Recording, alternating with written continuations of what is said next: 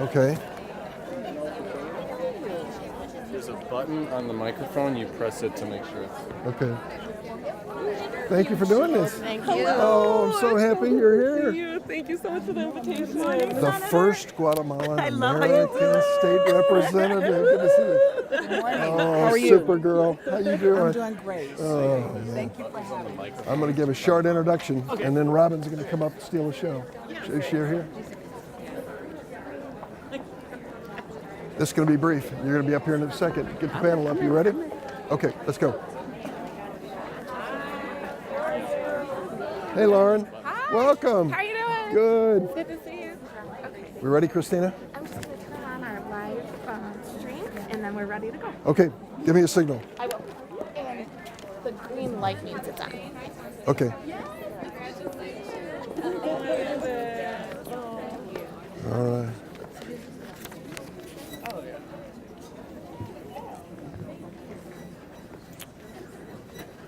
Good morning. My name's Dick Durbin.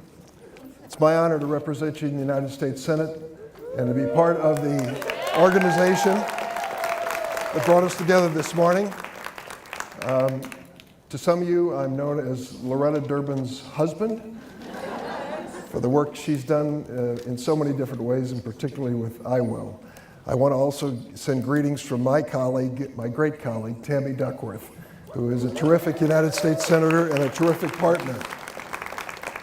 I don't know where I'd start or stop, but I'm going to mention a few people who have really worked hard to make this happen this morning. Christina Nowinski, where are you, Christina? She's moving around constantly. There she is in the back of the room now with I Will. And Greg Bales, who has so many different hats to wear, but helped us bring this together. Thank you, Greg. Clara Salduque, my chief of staff here in the Chicagoland area, and Bill Houlihan, my statewide chief of staff, helped to do this as well. I know I'm going to leave some people out, but I want to give a special thanks to this local 134 with the electrical workers. The key to success as a Democrat is bringing people together, and the first person you want to invite is someone from organized labor, because they mean so much to our campaigns. Don Finn is the business agent leader at this local, made a significant decision to locate right here, to come to this part of Chicago and build for his future. And I'm glad that he let us come by this morning. I'm going to make a few remarks and turn it over to a terrific friend and colleague. A few remarks about putting this into the context of today's politics. None of us will ever forget 2 years ago, Tuesday, November 6th, 2016. We finally fell asleep in the early hours of Wednesday, hoping that we'd wake up to the news that all of the presidential vote projections were wrong. But they were not. We had lost the election to a person unlike any president in the history of our nation. As we came to understand the reality of the new president, we went through stages of disbelief, anger, even fear. But there finally came a moment when we realized it was time to stop fixating on Mika, Joe, and Rachel. There came a moment when we realized that we couldn't wait for MSNBC to change our reality. We had to make that change ourselves. So people across this state and nation started gathering, first online, in coffee shops, in libraries, union halls, town meetings, and organizations new and old, like Invisible, I Will, and the Democratic Party of Illinois. And as we came together, we realized that we were not unique in our feelings about changing the state and reclaiming our nation. We were not alone.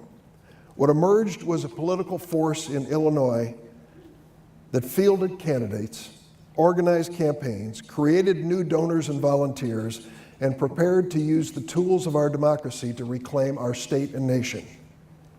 And then came Tuesday, November 6, 2018, a new governor for Illinois, and a new lieutenant governor for Illinois. 2 new congressmen for Illinois from the Democratic ranks.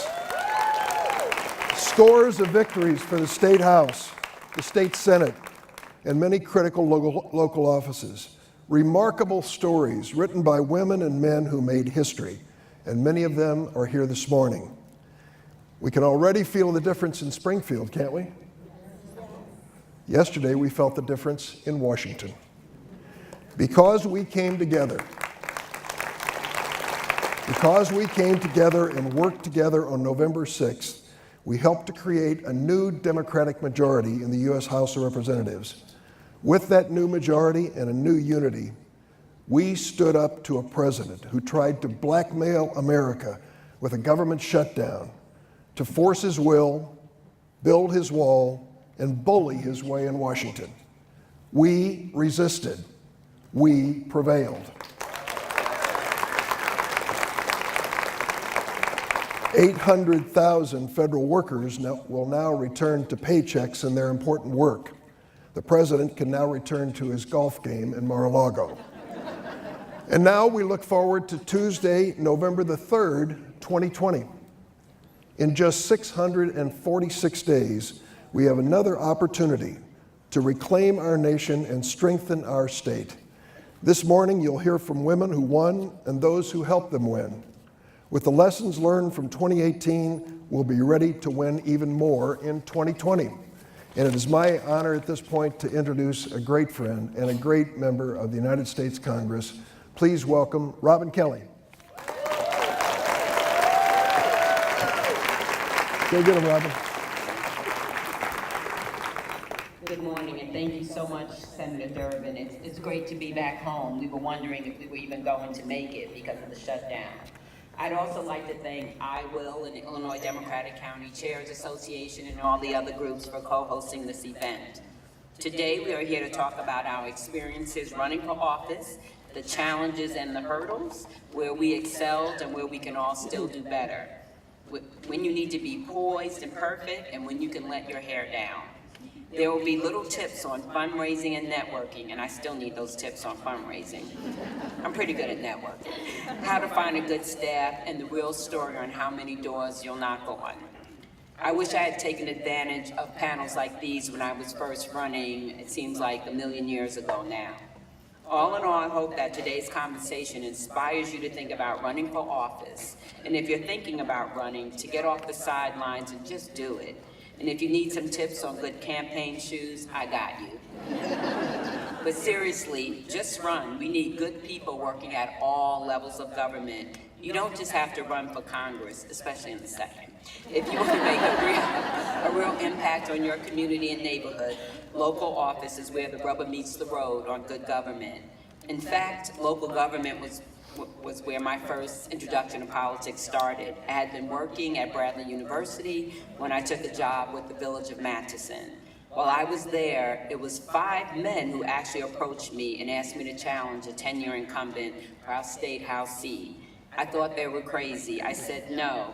I told them I'm too sensitive. I'll cry if they talk about me in the paper. Seriously, I told them that. So they kept asking me again and again. I still thought they were crazy, and then again I said no. Then I discussed it with my family, and they said, we don't have any politician, you should do it. Yeah, do it.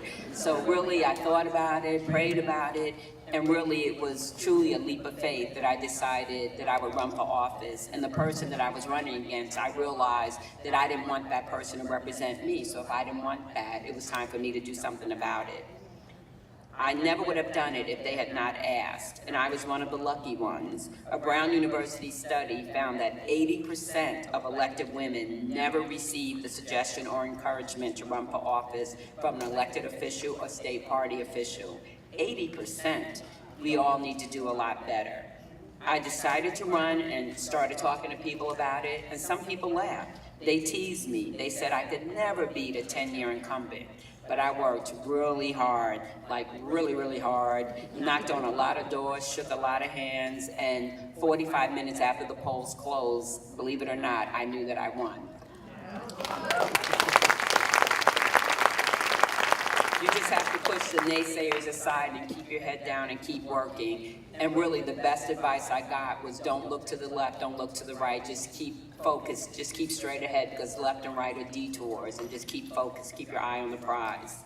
Now, I'm not saying there isn't a lot of pressure, the winning and the losing, the pressure to look good all the time. And I had people tell me after a long, hard day, I was waiting to go into an interview, one of the men that asked me to run, you need to make sure your split ends are cut, you know, and you need to make sure your nails are done. Do men hear that? No. Raising money, attending events, as I said, is my hair okay? Call time, call time is the worst for me. That and the time away from your family. For a lot of people, the fear of losing is the worst, so they never run. Now, I've been there too. It's not fun, but you can lose a battle and still win the war. I thought when I lost my run for treasurer in 2010, there's another plan for me. After serving in the State House, earning my PhD, and working as chief of staff to the state treasurer, I decided to run statewide for state treasurer. Now, we all remember 2010, the Tea Party year. It was a bad year for Democrats everywhere, even in blue Illinois. I did well downstate and in the south suburbs, but it wasn't enough to overcome that anti-Obama, anti-ACA push from the far right. So I just had to decide what was next. I wanted to keep helping people in my community, so I went to work as a chief administrative officer for Cook County. A few years later, the 2nd congressional seat opened up, and again, I talked it over with my family, and again, I took a leap of faith, and I decided to run. Again, I had to work hard. People thought that I couldn't win. For some reason, I wasn't Chicago enough. For others, I wasn't suburban or rural enough. But I kept working, I found common ground, and ran on real issues affecting our community: gun violence, public safety, economic development, and access to health care.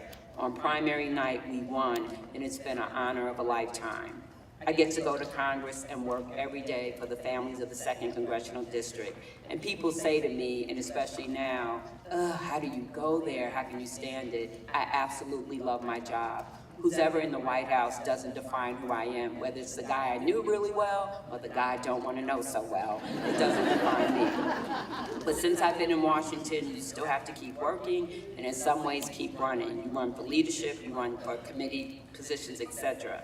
And call time, that's always there too, because you need to get reelected. Unlike the senators, I have to run every other year rather than every 6 years. Not that he doesn't work hard and run and do call time, he has to do all that too, but it's all worth it. I mean, there are times, especially with that man in the White House, where it's really difficult. But, I couldn't do this job if I wasn't an optimist. Government can help people. We can help people live better, healthier lives. We can make healthcare accessible and affordable, ensure a good education for every child. Take steps to end gun violence, and we will, and create new opportunities for our kids. We can work to bring peace to the world and stop climate change. Everything from cleaning up dangerous pet coke dumps in our neighborhoods to nuclear relations between the U.S. and North Korea. That's government, and with good people, we can do great things. At the end of the day, we can be at the table or we can be on the menu. If you ask me, I want to be at the table, and I want more women at the table, because government works better when everyone takes part, when all views are represented and we have a diversity of ideas to find the right idea. So to borrow from my shero, Congresswoman Shirley Chisholm, if they don't give you a seat at the table, bring in a folding chair. And with that, I'd like to introduce the rest of this amazing panel who have been bringing in their own folding chairs and are making the table bigger in their presence and ideas.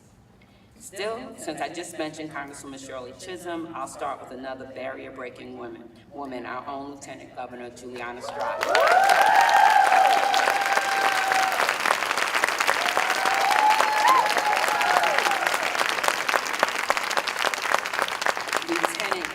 Juliana Stratton, that sounds so good, is the former director for the Center for Public Safety and Justice at the University of Illinois here in Chicago, and previously served as executive director at the Cook County Justice for Children. In 2016, Juliana decisively defeated incumbent state representative Ken Duncan, where she was first endorsed by President Barack Obama. Juliana is an alumna of the Illinois Women's Institute for Leadership, the 48th Lieutenant Governor for the state of Illinois, making history as the first African-American woman to serve in this post, but not only in this post, to serve as a constitutional officer in the state of Illinois. And only a handful of African-American lieutenant governors around the country. My friend, I'm so proud of you, Lieutenant Governor Juliana Schroeder.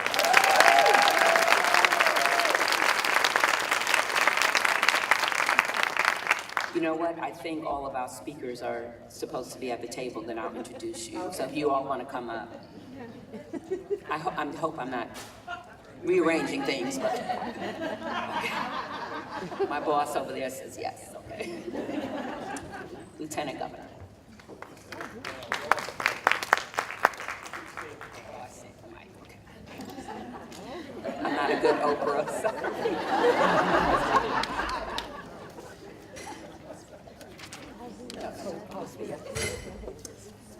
Well, good morning, everyone. Good morning. And thank you to my friend, my sister, Congresswoman Robin Kelly, for that kind introduction. And congratulations on your appointment to the Oversight and Reform Committee, as well as the Energy and Commerce Committee.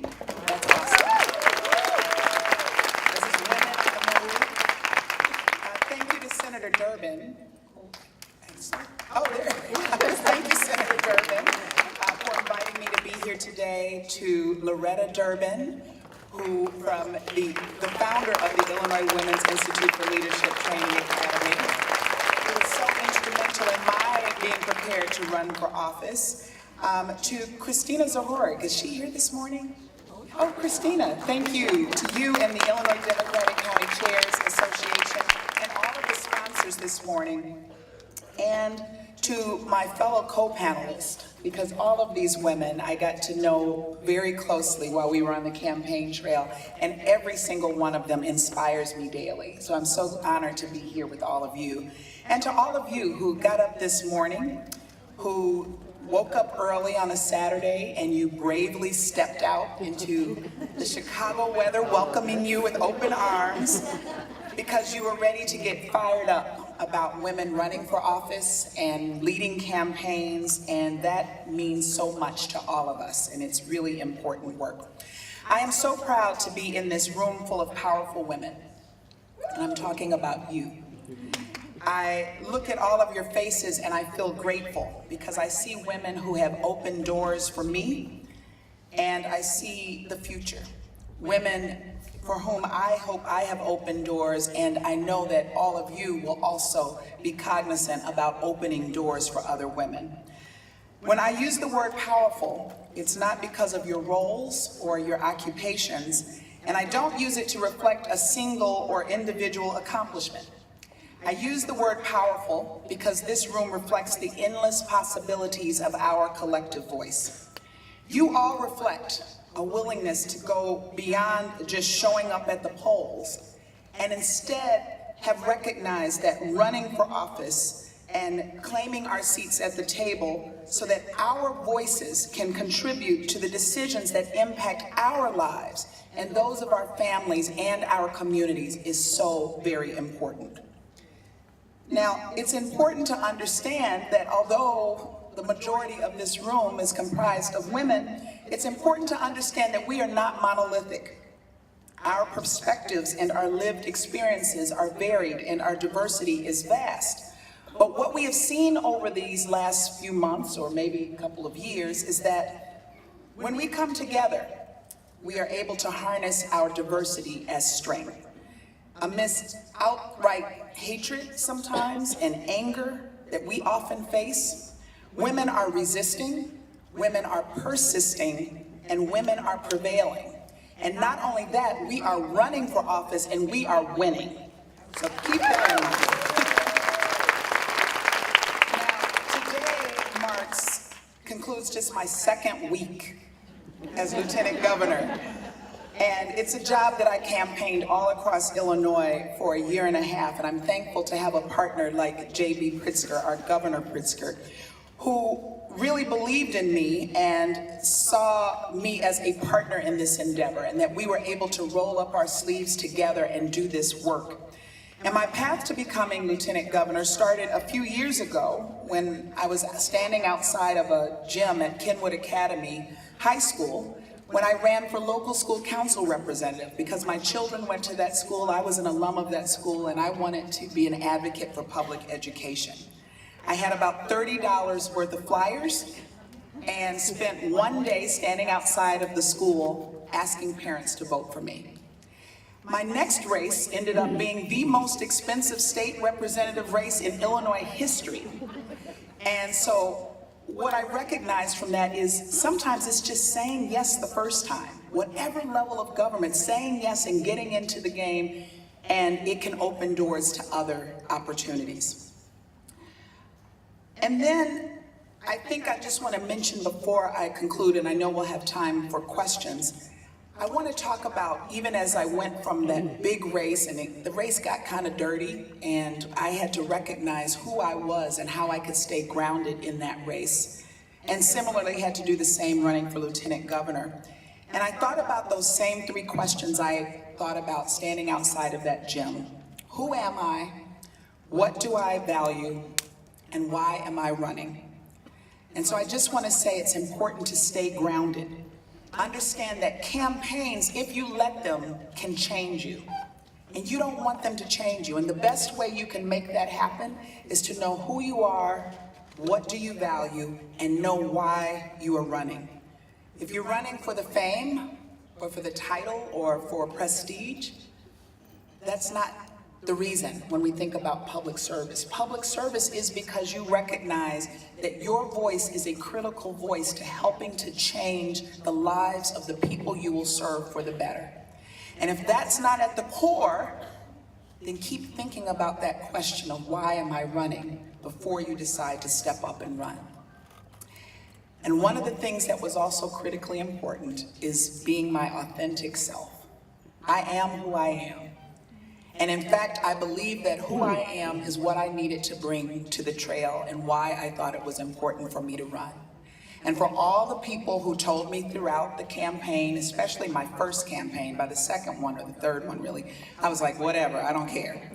But who told me how I had to wear my hair, what my, I'm not saying you do want to be presentable as you go on the campaign trail, but certain things I couldn't wear, such as you can't wear your jeans. Well, today I'm painting a school, and I think my jeans are appropriate for that occasion. But there's so many rules and regulations, and I'm not saying that you don't have to think through what's appropriate for the campaign trail, but be you. People want to connect with your authentic self, and when you try to bring someone else to the campaign trail that's not who you really are, they can detect that, and they don't connect with that. And so that was something that was incredibly important to me. So I look forward to answering any questions that you may have, and I look forward to sharing a bit more about my campaign, of which my state representative campaign, I had a woman who was my campaign manager. And in my Lieutenant Governor campaign, in the gubernatorial campaign, we had a woman, Ann Caprera, who was the campaign manager, and I think you'll be hearing from her this afternoon. So when we come together, when women run, what happens? We win. We win. Thank you.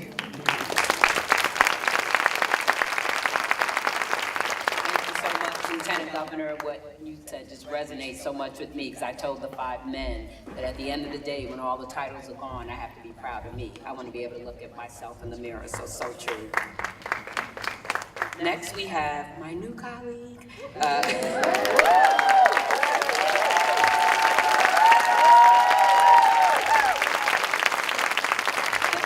Congresswoman Lauren Underwood. She's a nurse and former senior advisor at the Department of Health and Human Services in the Obama administration, where she worked to implement the Affordable Care Act, otherwise known as Obamacare. A Naperville native, Lauren started her candidacy for Congress in August 2017. Lauren ran on a platform of expanding the Affordable Care Act and defeated her incumbent Republican opponent, Randy Hultgren, by 5 points.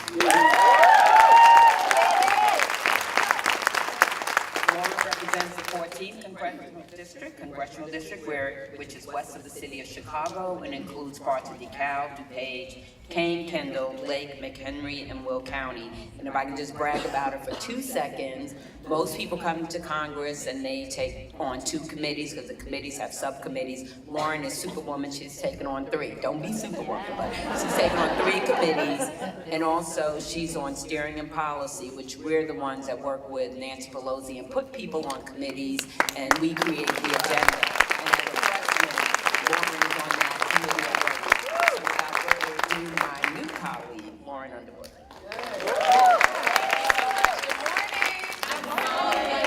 To be here with you. I'd like to thank Senator Durbin for the invitation. When he called, I was like, yes. I love these kinds of things. I'm so grateful to be able to just spend some time with you here this morning. To my colleague, Robin Kelly, and my good friend and our Lieutenant Governor, Juliana Stratton, and the ladies, all the girlfriends that are in this room. I am just like bursting with joy this morning, bursting with joy. Because when I look out at this audience, there are so many familiar faces. And I suspect, had we had this event 2 years ago, 3 years ago, 4 years ago, we all may not have known each other in this way. And so this is a community that we're building that is stronger because each of us is here. And I know that had a series of events not occurred in a very specific order, I would be sitting next to one of you in the audience. But I just had a thought. Something just hit me that my community deserved better than the level of representation that we had. And I didn't let it go. And you know how so often we'll have these ideas. I should start a business, or I should write a book, or I could lead an organization. And then life happens, right? And that idea that we believe and we know to be true, we don't pursue it, right? Because we're all busy. We have families, we have work, we have all these obligations. And for me, that moment came after attending my representative's town hall meeting, I guess almost 2 years ago. And he made some promises that he didn't keep, and I got mad. This was also 3 months after the Women's March, and I was still fired up. I still am fired up, but at that point in time, it was, heavy, and I was like, somebody needs to run, and it needs to be a woman. And in talking to some of the ladies in my community, learned that, they weren't quite ready to run, and I was ready to help them. I didn't think I was gonna be the candidate, but here we are. And in making the decision, I just want to emphasize that it's not always an epiphany. It's not always like we have a dream and then we wake up and with a pep in our step and we set out, right? It's these little small actions that snowball, sometimes quickly, sometimes slowly, but if we recognize it and give that the opportunity to grow, the whole world's in our grasp. And for me, that whole world was the United States Congress. And I knew that we could get there if I had the courage to run. And so often at these things, they end up being like one big pep talk. And the pep talk phase is so important because summoning up the courage to put yourself out there and put your name on the ballot is not insignificant. And so if any of you are sitting here like, I don't know. I feel strongly, but I don't know. I would encourage you to take today to pursue the idea of that it's possible and that you will be successful, and use this day as an opportunity to plan for yourself and really fully explore that possibility, okay? Can you make that promise? I don't know where everybody is in their personal journey, but give yourself permission to maybe pursue that vision, pursue that dream, because so often we limit ourselves based on situational realities, okay? But one of the things I learned in running is that this is never easy or convenient, ever. There is nothing convenient about this process. It is inherently disruptive, and that is part of the magic, right? Because when we enter these spaces, in our being, in our core, and being present, My presence in the United States Congress is inherently disruptive. And that's part of the magic, right? That it's disruptive in my life, right? And it's disruptive to schedules, and it's just not easy. So don't let that be the barrier, okay? Because so often, right, how often do we just go to drive-thrus because we don't want to be bothered getting out the car, zipping up our coat, and walking through the snow inside, right? We like convenience, we like ease. This is not that, but don't let that stop you. Know who you are, and don't try to change who you are, but turn that essence of your story and your motivation into running. Create a story. I'm not saying make up a story, but channel that into a story that you can tell, that people can relate to, and that you can repeat over and over and over. The storytelling part of this caught me by surprise. Caught me by surprise, and I wasn't ready for that. So that's probably my best tip. Figure out what you want to say, turn it into a story, and then I have 4 more other tips, but maybe we can get to those in questions. Thank you. Thank you so much, Lauren. I realized that I forgot to tell people, let me remember my instructions. If you have a question, fill out a card. Is that correct? Who's ever with my boss? Oh, fill out your name, and then it's all gonna go into something, and they're gonna pull out 2 lucky people to ask their question. And if you hold them up, they'll come grab them. Next, I will introduce State Senator from the 24th District, Susie Glowiak. Did I say that correct, I hope? Okay. Susie Glowiak was just elected to the State Senate this past November. A mechanical engineer by training, she has master's and bachelor's degrees from Northwestern University and the Illinois Institute for Technology. A resident of Western Springs, Glowiak served as village trustee from 2009 to 2017. She is a testament to perseverance in politics. She ran for state senator in 2014, losing to Republican Chris Nybo. This election, Susie defeated Nybo by over 1,600 votes.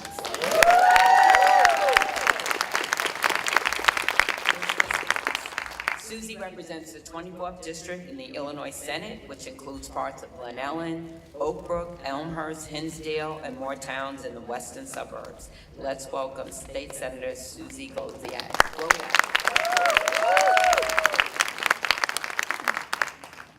You know, it's great to see a whole room full of women because I usually go into whole rooms full of old white guys.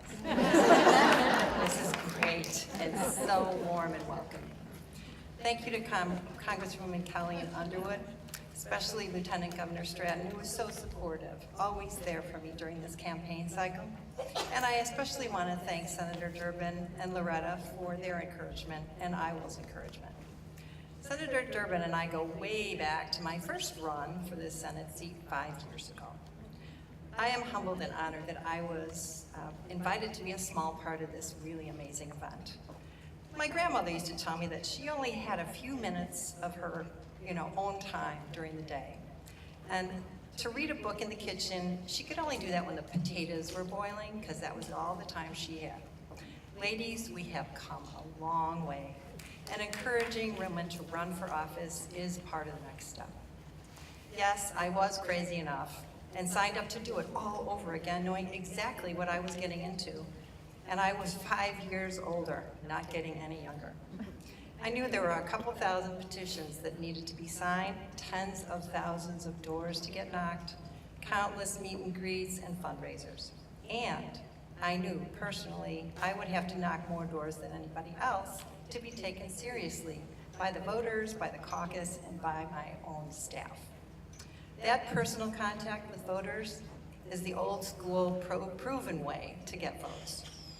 The team that we assembled totally believed and supported me, but I knew that if I didn't want to go out in that 95-degree August heat and that 40-degree rainstorm in October, that I couldn't ask my staffers to do it either.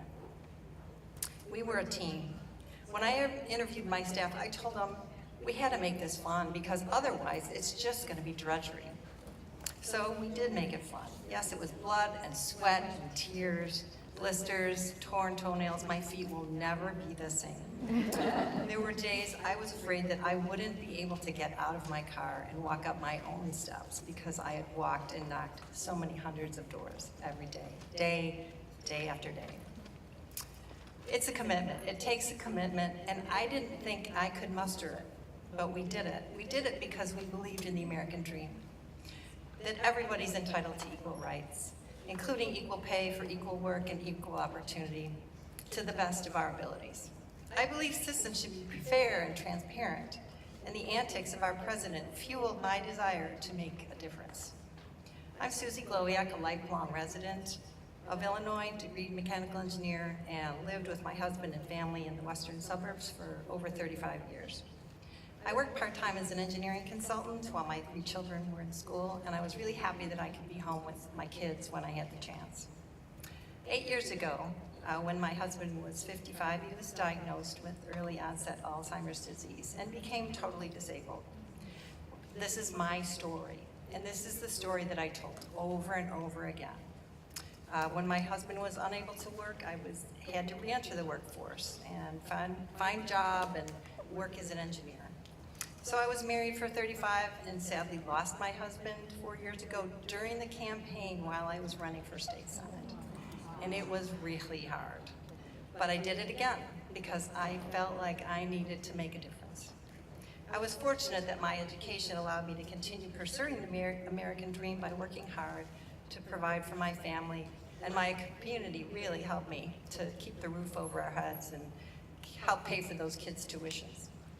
I ran for office again because I was enraged by the 2016 presidential election. Because I believe in building strong community. I believe in my neighborhood, and my family helped me. I couldn't have done it without the Democratic caucus support and my wonderful staff.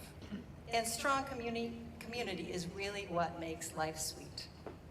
I started my role of public service traditionally, as many women did, through churches and school volunteering. In '99, I was in the Rec Commission, and once I was established in the community, I became a known commodity. And that's one way to get your foot in the door. Start with a small local office, get people to trust you, get your neighbors to know who you are, and then run for other offices and gain some confidence in yourself.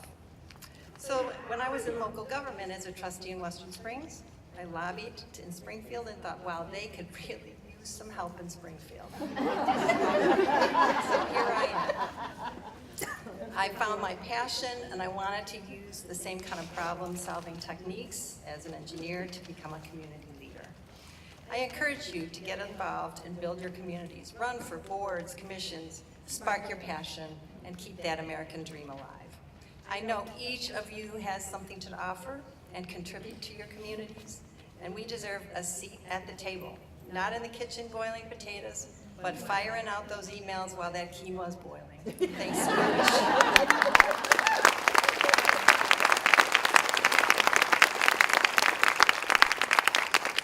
Thank you so much, Senator. You talked about running in August and October. I remember the January where I was knocking on doors and I was crying and my tears were frozen on my face. And one of the people that answered said, "You really want this job?" And to the few men in the audience, let's give them a round of applause. And Senator, who doesn't know this, but every time you're on a Sunday morning show, so we have to listen to the men too. I listen intently because you do such a great job, and I'm trying to pick up the tips, so thanks. Next, we have State Representative for the 49th, from the 49th District, Karina Village, or Karina Villa, right, okay. Representative Karina Villa is a first-term member of the Illinois General Assembly from West Chicago and DuPage County. Karina, a social worker, is a previous member of the West Chicago District 33 School Board with a master's degree in social work from Aurora University. Karina is the daughter of immigrant parents who are smart business owners. Karina learned from them the value of social responsibility and hard work. Karina ran in an open seat against Republican DuPage County Board member Tonia Curry, defeating her by over 3,100 votes.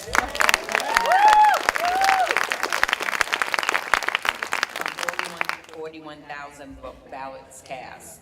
Karina's district includes parts of Bartlett, Batavia, Geneva, Naperville, West Chicago, and more in DuPage, Kane, and Cook counties. Welcome, Karina.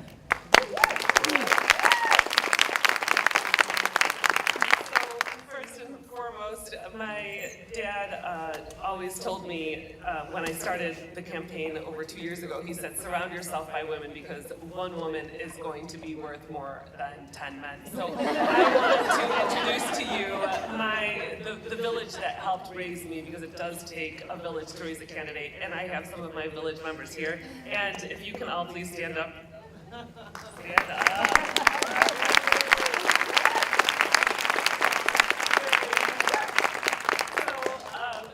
Thank you to all of you ladies. You know I love you all. Also, a sincere thank you to Senator Durbin. As you heard, I am just a small social worker from West Chicago. West Chicago is the black sheep to some people of DuPage County. To me, it's like the best part of DuPage County. You know, a kid from West Chicago who ran for office in a Republican district that had no business, I had no business winning, and yet here we are today. And so along the campaign trail, Senator Durbin came out to speak and endorse me, and that was just like this moment, like that was so wow, I just couldn't believe it. So thank you, Senator, and thank you to my beautiful sisters that are up here with me today, as well as thank you, my dear Mr. Bales, for believing in me when he sat with me the first time to meet with me. It was almost 2 years ago. And I had just reached out to him and said, I'd like to just sit with you and talk to you a little bit about this idea I have of running for office, if you'd be willing. And so I was shaking like a leaf, and we sat down, and from that moment forward, he believed in me, and he was a strong supporter and ally. So thank you so much, Greg. That brings me to my first point. So I have 3 points. I was told I had 5 minutes to speak, even though I could talk for about 5 hours about this subject. So I have 3 points that I want to talk to you about if you're considering running for office. And that first one is starting early. So like I mentioned, I sat with Mr. Bales 2 years before my election, and that really gave me, I think, the leverage that I then was able to build upon the momentum and build support. So to me, one of the things that was really critical, because I was a social worker, I had never been involved in politics. I had no idea where to start. People would give me advice, and so I tried to just follow all of the advice all of the time. So it really took a lot of time for me to figure out what advice was the best advice, right? So trial and error.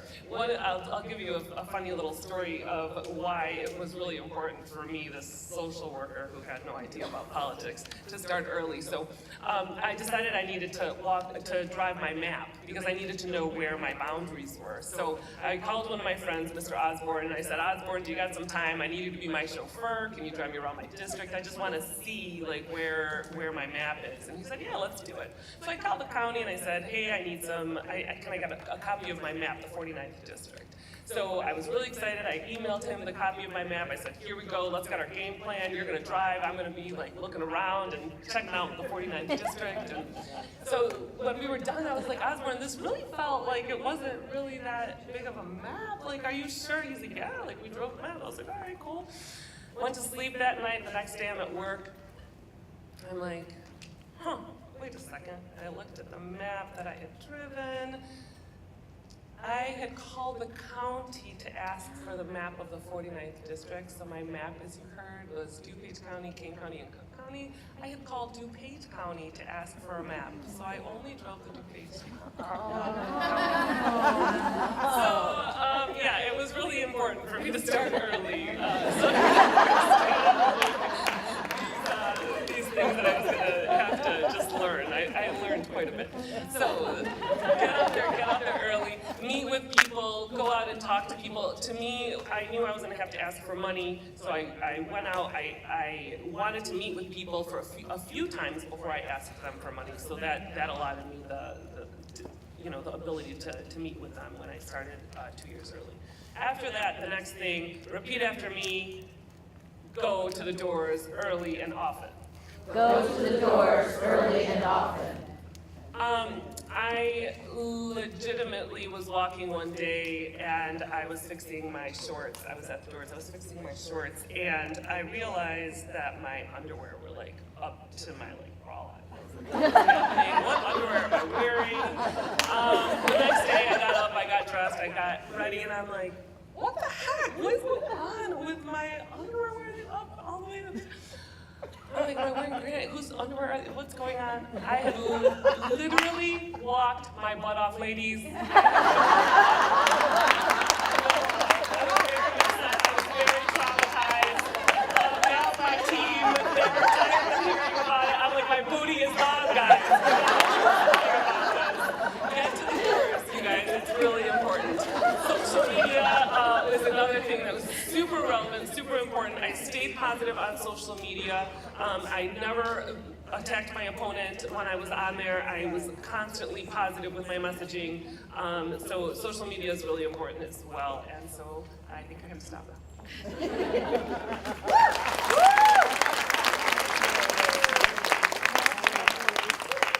It goes to show I'm us never gonna forget that. Next time I want. how time has changed. Because I first ran for state rep, we used no social media. I don't even know, was it social media or Facebook and those kind of things, so times have changed. Okay, she told me Delia with an A. So Delia Ramirez, all right, State Representative, 4th District. But you know what, before I introduce you, you've heard a lot about women in office and elected. I would like all the already elected women to please stand up and acknowledge you.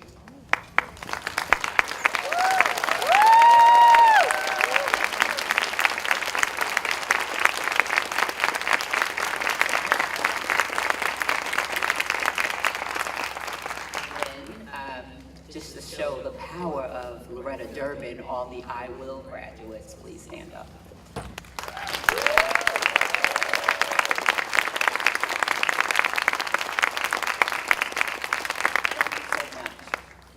Representative Ramirez was just elected to the Illinois General Assembly this past November to the 4th District of the Illinois State House. She defeated 4 other opponents to win her primary, winning over 48% of the vote in March 2018. Go on, girl. Graduate of Northeastern Illinois University with a degree in Justice Studies, Delia is the former executive director of the Center for Changing Lives, a nonprofit serving more than 2,600 households with assistance for food, shelter, clothing, housing, employment, placing, and financial assistance. She served as board president of the Logan Square Neighborhood Association and until recently served as deputy director of Community Renewal Society, Chicago's oldest faith-based social justice organization. She is the daughter of Guatemalan immigrants and lives on the same block where she grew up in Humboldt Park. For 5 minutes, our new state rep.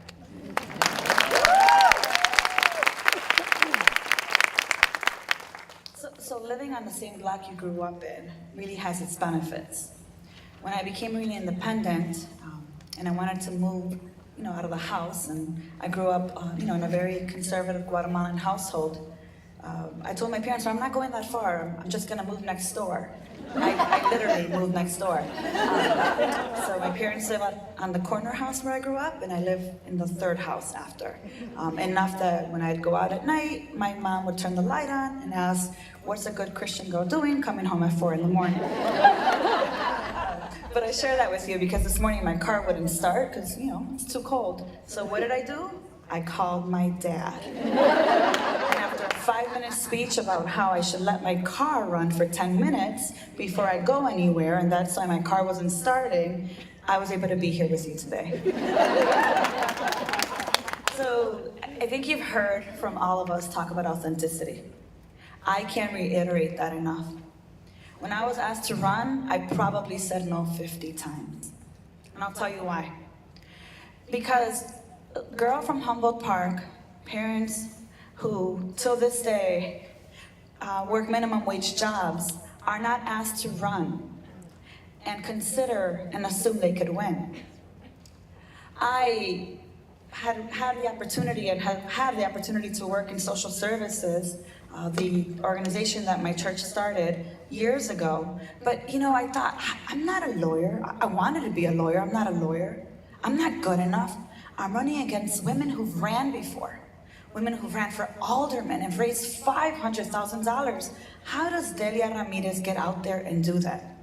And I gotta tell you that the thing I kept hearing people say, and I think you've heard everyone here say, is when you are authentically you, forget the dollars, forget the challenges, forget the number of people who tell you to wait your turn because they keep telling us. And I'm 35 and I'm still told to wait my turn. You get up, you organize, and you ask the people who ask you to run to get on those doors and make donations. So I'll tell you that my race, the things that I would just highlight that perhaps are a little bit more about the dynamics of the race is that I didn't have big donors. I had some that had funded the shelter I worked for, folks that had seen me grow up, but I did 31 house parties. 31 house parties between August 28th and March 24th. March 18th, the election was March 20th. 31 house parties. I had 387 volunteers. 31 house parties, 387 volunteers. And I need to reiterate that because this is what makes all the difference. My campaign manager, a community organizer from the Chicago South Side. My fundraiser, a community organizer from the Northwest Side. My field director, a lifetime Puerto Rican from Humboldt Park who had been organizing the last 10 years of her life. Organizing, knowing your community, makes the difference. Now, every single time that I was at a house party, and this is what I want to share with you, if you don't have that big donor list, you identify people at the house party who want to give to you, and certainly maybe can't give 1,000, but could give 150 every month for 9 months. The other thing you identify is volunteers. Those 31 house parties is what made 387 volunteers possible. We had to raise money, and you heard me talk about, I don't know where we're going to raise money. By the end of my election, I ended March 20th with $89,000 still in the bank. So, as I wrap up, I have to tell you this. My slogan was rooted and ready. I realized that yes, that girl that ran a little shelter had the capacity to be able to be a state representative. I knew what it was like to take a budget that was in the red and put it in the black. I knew how to do a lot with very little and run a shelter and create a supportive service center. I knew that women like me and like you have to run. And so as I wrap up and I think about how do we continue to get women like Karina, like Lauren, like every single person here and here to run and win, we have to support each other. We have to spend more time talking to people than attacking each other, which society tells us to do. We have to be authentic. We have to ask ourselves, where do we have the power and authority to make the most difference? And we have to say no more first and only, because there will be a day where we are in every single leadership position throughout the entire world.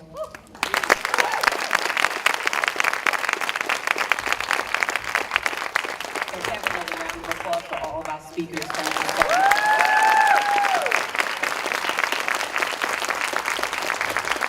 The word that keeps coming up is be yourself, but really authentic. That's the word I think a lot of our speakers talked about today. They promised, since I was the moderator, I could ask a question.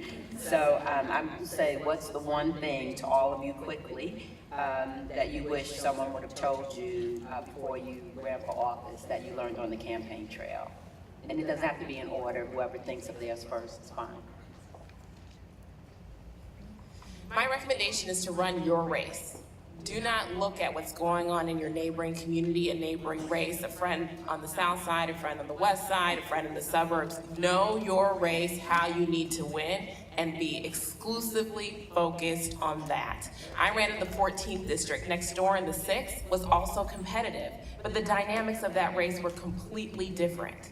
And if I had gotten caught up in what was going on next door, I would have missed my moment and I would have lost the race.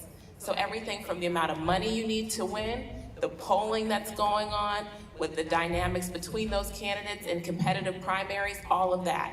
You know how in elementary school they used to tell you to look at your own paper, don't look at your neighbor's paper, because your neighbor will have you failing? That applies 100% to these elections. Ladies, don't be distracted and run your own race. Any other thoughts that you wish you would have known?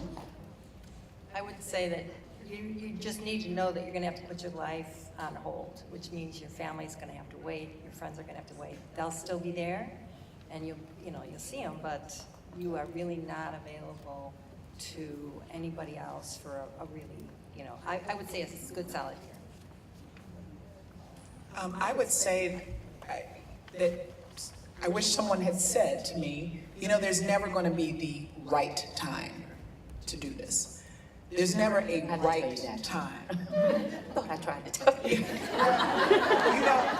And you just talked about how life happens, and life does happen, and especially as women who are always juggling so much, it is hard to ever find that pause in life when you say, now this is a great time to run for office because I don't have anything else going on.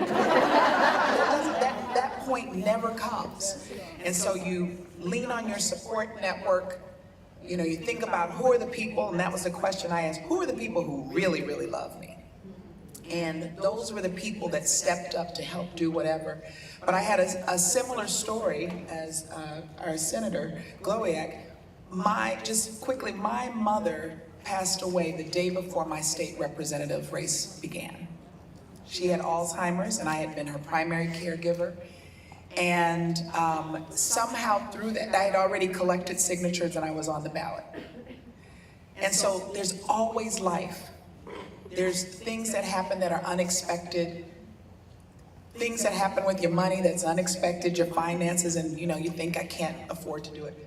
Life happens, but when there's a will, there's a way, and when women come together and say, we're gonna help make this happen, and we step up and support each other. I had women in my home every day bringing a meal for me and my family to make sure that I could focus on other things. That's what happens. So it's never the right time, so just get up and do it.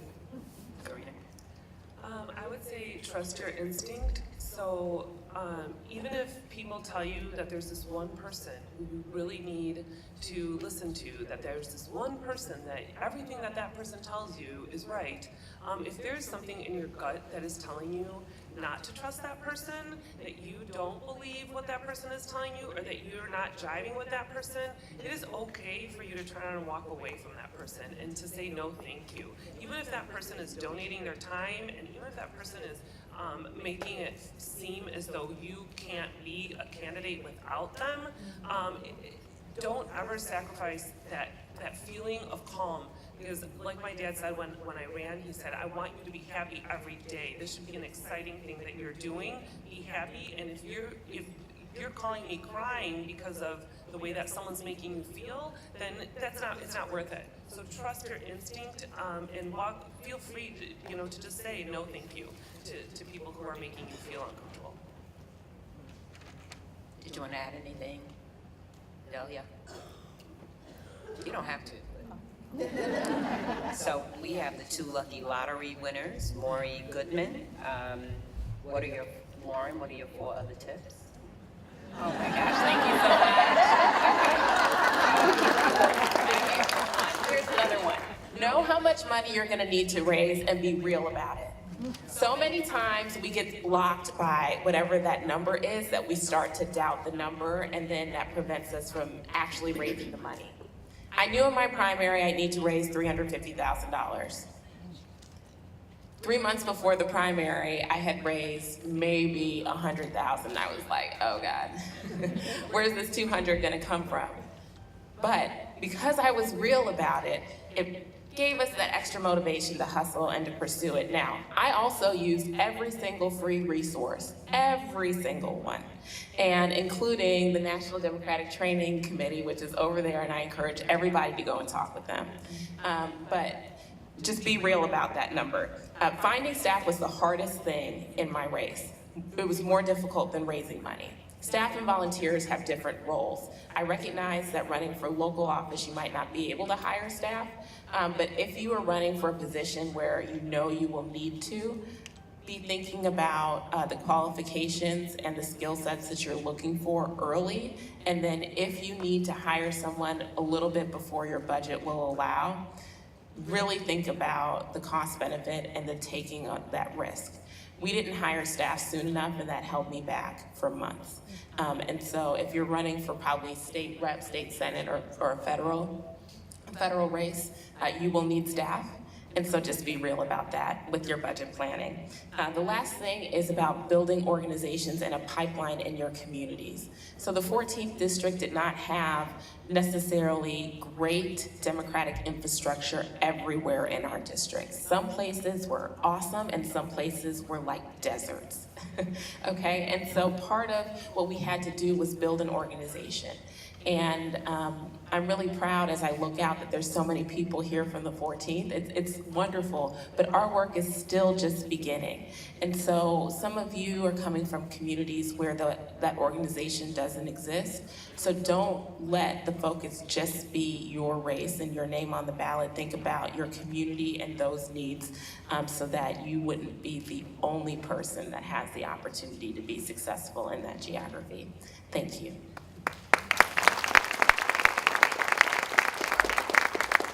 Janine Sheena. I've been active in Democratic politics. How do I respond when people say I'm too partisan to run and to run as an independent for a local office? What is it? Excuse me, Janine Keena. And I've been active in Democratic politics. How do I respond when people say I'm too partisan to run as an independent for a local office? Can I just say, in a lot of villages in the south suburbs at least, you don't run as a Democrat or a Republican, you run as a trustee. So we experienced that, as I see my mayor over there shaking her head, and I mean, everyone knows that Sheila Thomas Curran is a Democrat. But, so I don't know. Do you guys have any? I haven't had that experience, but I can say that, you know, I asked the question, what do you value? And how do you message and talk about what you value? And so, for example, something that I focus on a great deal is criminal justice reform. That's really important to me. But when I'm talking about it, I often say this: everyone around the state of Illinois, there was not one place that I went to across this state where someone does not want to live in a safe community. And so that's not a partisan issue. It's people want safety. People want good schools for their children. People want to have access to health care. So I think one of the things is thinking about the values that you have, and maybe they're primarily democratic values, so to speak, but how do you convey your values in a way that connects with everyone? So that's one of the things that I would think of doing, just really thinking about kind of going through the list. What are the things that are really important to you? And you recognize that there are some issues that you may not be able to, you know, talk about as openly, at least initially. I will say this: when I ran for state representative, I represented a district, and we're in the district right now that I represented, but it included One Magnificent Mile, the Loop, South Loop, and then it went all the way to 7900 South. And people would ask me, are you going to say something different depending on who you're talking to? And the answer was no, because what my values were and what I thought was important in the district for the people of the district remained the same, regardless of where those residents lived. And so I didn't change my message to say, when I'm on this part of the district, I'm going to say this, and on the north side of the district, I'm going to say something else. I was true to the values, because those were the things that people connected to. So I think I would start by going back to, what do I believe in? What do I value? And what would connect with the constituency that I would seek to serve? And then your messaging will be tailored to that. Can I also add, folks will always have something to say. Always. And even if it's not true. My opponent spent a lot of money trying to claim that I'm not a nurse. I am a nurse, right? And it's like the most basic fact. And they came and spent all this money and time trying to attack that basic fact. They also tried to say that I was going to be Nancy Pelosi's puppet, and there's all these ads on TV about this, right? Who cares? You know who you are. You know the truth. You are a Democrat. You are a strong, dynamic leader. And be yourself. And people will support you. But folks will always have something to say, even within the party. Do not let that discourage you from stepping forward and leading. Also, I wanted to add, my district is urban, suburban, and rural, and depending, as you go further south in my district, they don't want to hear as much about gun violence prevention, but in the northern part of my district, they want to hear about it. But like the Lieutenant Governor said, I talk about, safety, a roof over your head, access to health care, just the things that no matter who you are, everybody would want. So that helps. Guess what? We have time for a few more questions. So, okay. What do you do if you have young children? What are your tips? I have a 4-year-old. If I try and run, how do you make that happen? The question is, what do you do if you have young children? The questioner has a 4-year-old.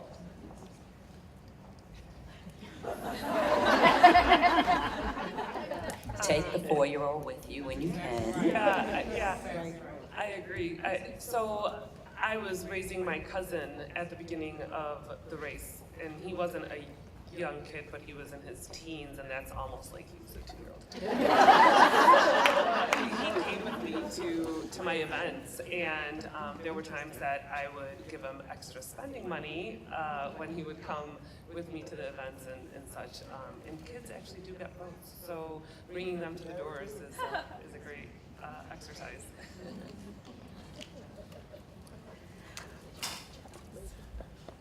Can I just say there was some discussion about just being your narrative and your story, that's a part of your story. And understand that I'm a mom and I'm out here and I'm doing what I need to do. That doesn't address the practical considerations, because there are practical considerations, like you can be on the campaign trail and realize you hadn't eaten, and that would not be good for your child. But the idea of how do you incorporate the fact that you're a mom of a 4-year-old, there's some things that you really believe in and you want to talk about, and you believe that your voice is needed as we think about policy making in whatever, whatever you want to represent, whatever level of government you want to be in.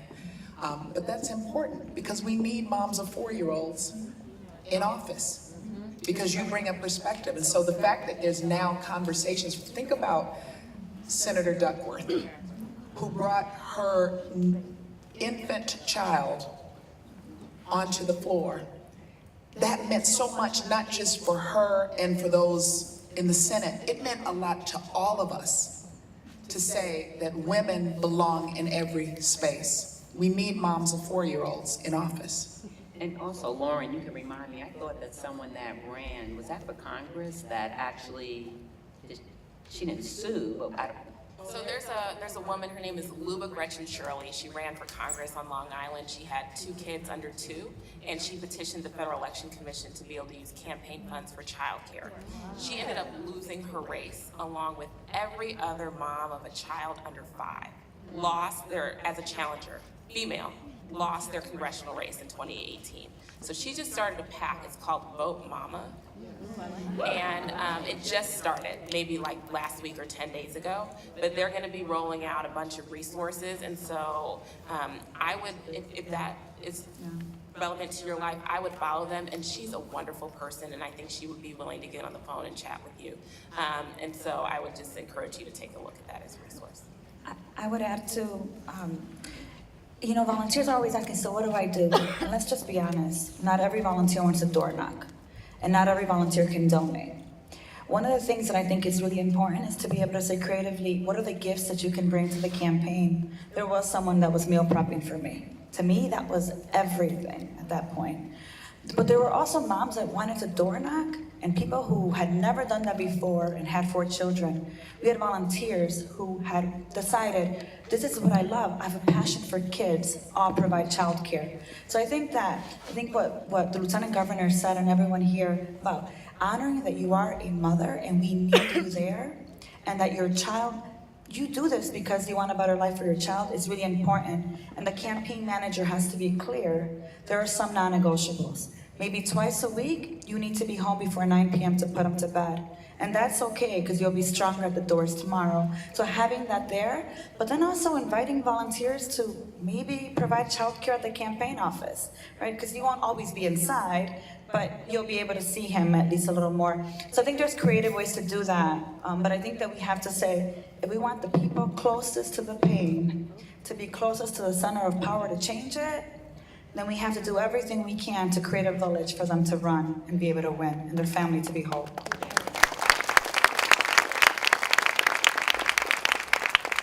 I received from Sharon Lewis: how did each of you develop a network, a sisterhood network, for your run to win? Hard question. How did we get a network? I started 2 years before the race and just knocked on a lot of doors, and I knocked on Kathy's door in the middle of a snowstorm, and she said very politely, I just retired, I have no interest in helping you. So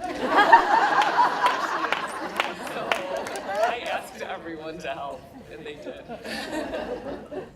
You're here. I think that other How piece did you is, like, develop your looking at all your sisterhood network? Well, I think the other piece is, like, I grew up in the neighborhood that I ran, so they said, well, have you kept in touch with your, with the students in school, with your classmates? What about that third grade teacher that lives right next door? What about that board that you were on? So you start creating all these little circles of networks, and then you just start calling, and they don't answer the first time, second time, and then they run into you. And then you tell them, remember when you told me if I ever needed help? So I think it's that. I think the sisterhood piece is so important. My campaign manager called two of my closest friends that are not political at all, and she said, every other week I need you to take her out for a drink. I was going through a divorce during the campaign. So they knew that I needed a place to vent. Rule number one, no politics. Rule number two, if you're gonna talk about me, because I'm gonna get her, on her nerves, just don't tell me what you guys talk about. But it was so important for my campaign manager to say, Delia needs some people that are outside of this so that she can be completely vulnerable and not feel like she has to be on. That sisterhood got me through, and I think, and continues to get us through. And I just want to add, because there was something that Representative Ramirez said earlier, about our supporting one another. So there's this saying that we've all heard, that if you want to have a good friend, you have to be a good friend. Or if you want a sisterhood supporting you, you have to be a good sister. And so the way that we cheer each other on, everyone who's here, we all saw each other on the campaign trail. We were on social media, talking about each other. We came out to events and spoke on each other's behalf. And it built the sisterhood, not just amongst us, but it was an example to others that this is how we roll. We roll together. Don't come to me about someone to try to talk about them behind my back, behind their backs.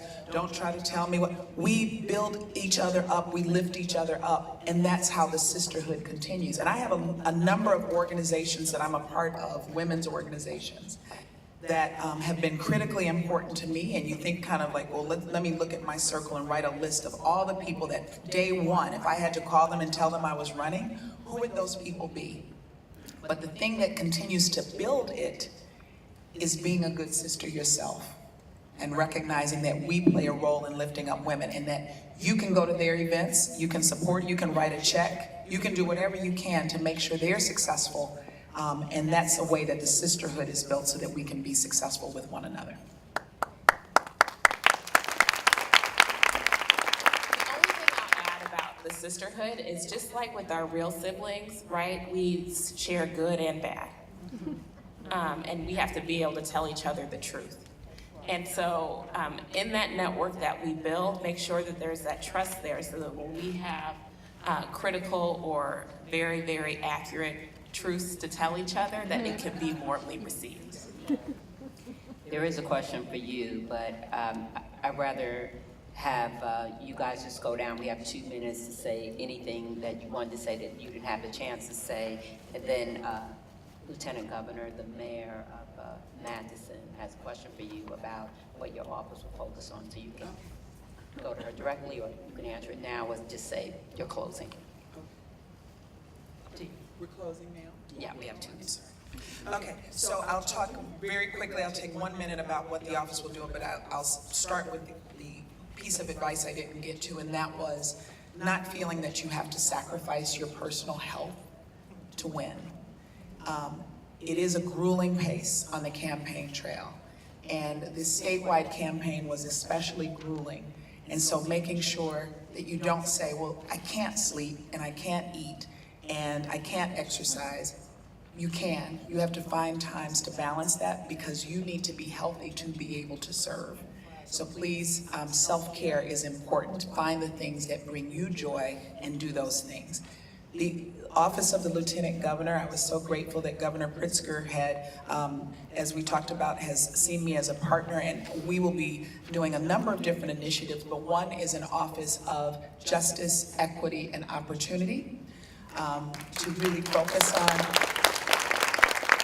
something that I'm really passionate about, which is criminal justice reform. But what I appreciate is after our transition, which I was honored to chair, we recognized that we had to include equity in the equation, because when there is no equity and there's a lack of opportunity, we cannot really have justice. So that's one of the things that I will be taking leadership on. There are a number of other ways that I will be supporting our governor, of course, and I look forward to working with all of you and helping to make our state great for all of its residents. Thank you.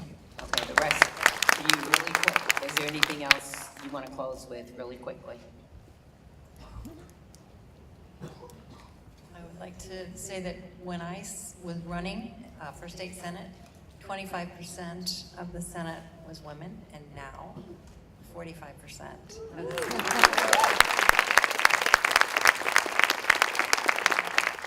Senate sisters, Senator Stain is here, along with all the others in Springfield, have been really welcoming and warm and wonderful and helping me a lot. So it's very warm and heartwarming for me.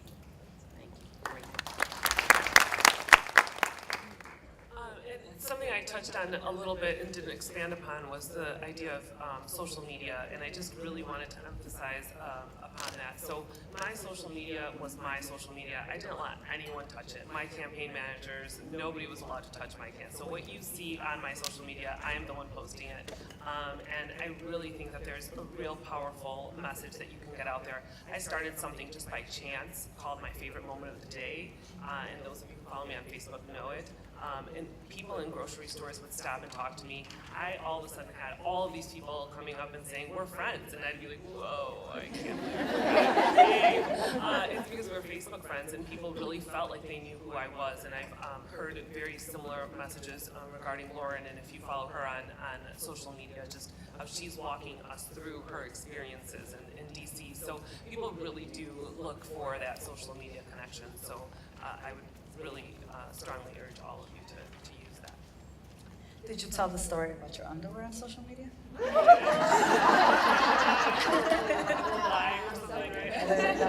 So the only last thing I would add is if all the elected officials can raise their hand again, if we can raise it.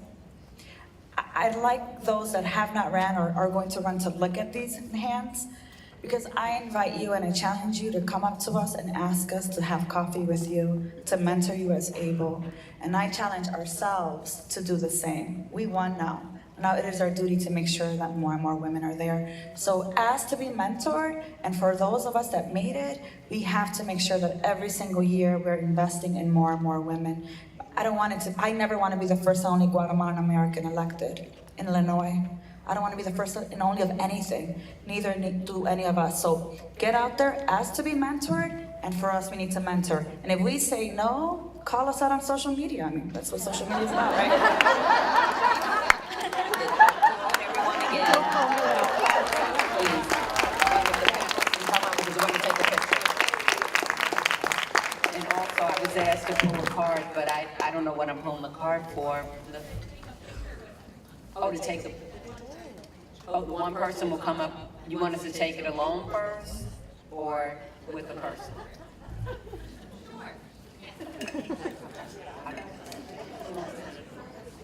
No, I'm gonna let the senator pull. I don't want to get blamed.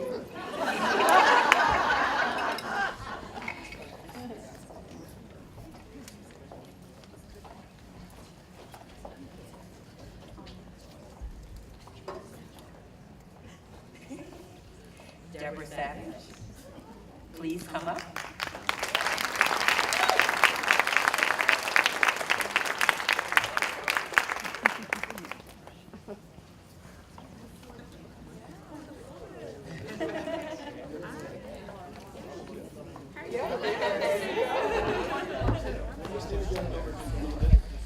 Oh, sorry.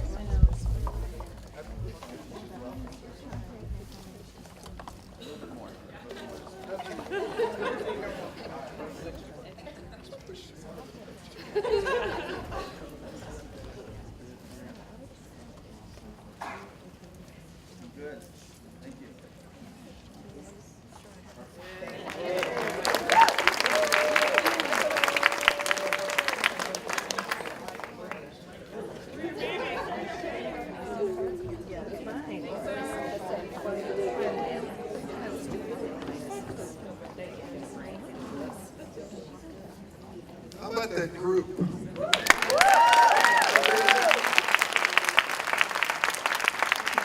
We started putting the program together. I thought, I want to reach out to some of the most interesting people that I've campaigned with and met during the course of this last campaign. There were many, many more we could have included. Can I add a couple tips that came to my mind as I went through this? One of the things I hear from candidates, they don't say it, but sometimes it's amazing. There are people who run for office who are shy. Go figure. And they come off as arrogant because they don't engage. And I've often said to people, there's a basic rule that I learned a long time ago from a fellow named Paul Simon, whose name will come up again. There's one thing that every stranger you run into wants to talk about: themselves. Where are you from? Where do you work? Got any kids? Where do you go to church? What are you interested in? Next thing you know, they're talking about themselves, and you're listening and trying to remember their names again. The second thing is, if you don't think you're a public speaker, and many people don't have a lot of comfort as a public speaker, what they said here, alluded to, I want to be specific about. Every good speech includes 6 words. Let me tell you a story. People may not want to hear a speech, but they might be interested in hearing a story. As Senator Gloviak noted, she told a story about herself and her family. But when we told stories about pre-existing conditions and the Affordable Care Act, people thought, that's a story I can relate to. So be willing to tell a story. A few years back, a number of us decided that there was a need for a state organization that was from Carroll all the way to Zion and embodied every Democrat in the state. And we breathed some life into the Illinois Democratic County Chairs Association. We've had good leaders. The last one who just stepped down was Doug House, one of the best, who worked across the state in helping everybody organize. Doug and I sat down with Bill Houlihan and talked about who might be a good person to succeed Doug House. We came up with the perfect person, and you're about to meet her. Her name is Christina Zahorik. She was born in Waukegan. She's been a local elected official. She is also a member of the State Central Committee, which makes for a great bridge between the official party structure of the Central Committee and the Democratic County Chairs Association. We share a similar background in having staffed Paul Simon back in the day, who was my mentor as I got into this business. And now she is the brand new chairman of the Democratic County Chairmen's Association and the first woman to hold that position. Please let me welcome Christina Zahorik. Come on up here.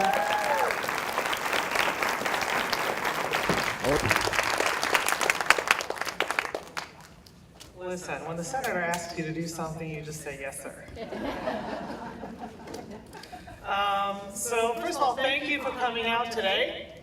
We had a nice, good turnout, given the traditional weather for Northern Illinois, and I know some of you drove quite a bit to make it here today, so thank you for that. I also just want to say congratulations to all of those who helped to make the Blue Wave happen in 2018.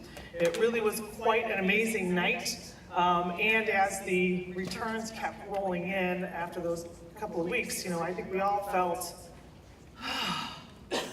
I can breathe. I have faith in my community that we will stand up and change the course and do the right thing. And it was an amazing night, particularly for women and for Democratic women, and that's kind of why we're here. I will say that even though in the 101st General Assembly, we only have one more woman elected, but the change that's really important is that we are increasing in the number of Democratic women in the Illinois General Assembly, and I think that's important. It was kind of a perfect storm, and I think that the media and all of us kind of hyped this Year of the Woman, right? Well, I remember back in '92, when I was in Simon's office, that it was the Year of the Woman, right? So I get a little frustrated with just the year. It should be the movement, right? And I think that's kind of what we're seeing. And I also wanted to mention that I think it was the Year of the Woman, not for the reasons you might think. Yes, we elected some amazing women, but that's not why it was the year, in my opinion.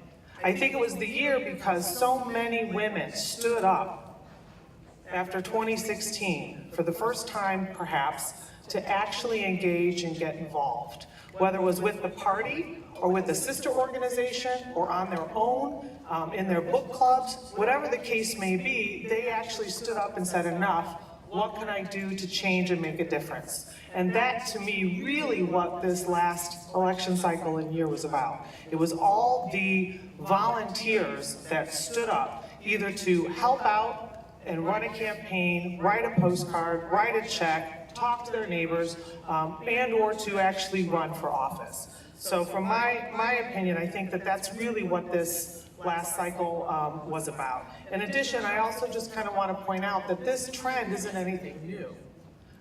Women have been kind of gathering and stepping up and doing for over 100 years. Grace Ribble Trout out in Oak Park, I believe, started when the women were looking for suffrage and gathered her sisters together and took a caravan out down what is now Route 14 out to where I live in McHenry County and rallied women and did a big kind of loop back up and around. They bought a bullhorn in Waukegan, where I'm originally from, which I kind of like knowing, but literally pulled people in off the street to say, we have to stand together and make a difference. It's up to us, the women, right? And that's what happened. And I think that we can also say that certainly in that time when we came together to fight back and to ask for what we deserve, right? I think that the truth is often we white privileged women forgot our sisters.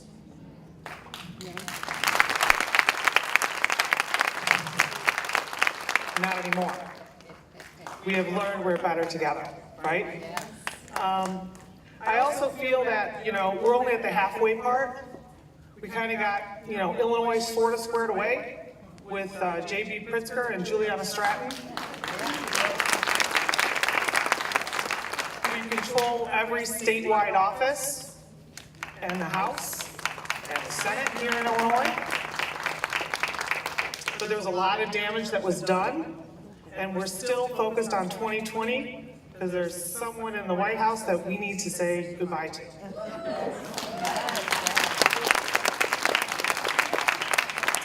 But I also want to point out that this blue wave didn't just happen in our state everywhere. And we did see some change in the collar counties. Not necessarily all the change I'd like to see in McHenry County, although we did give you Lauren. And Sean Gaston.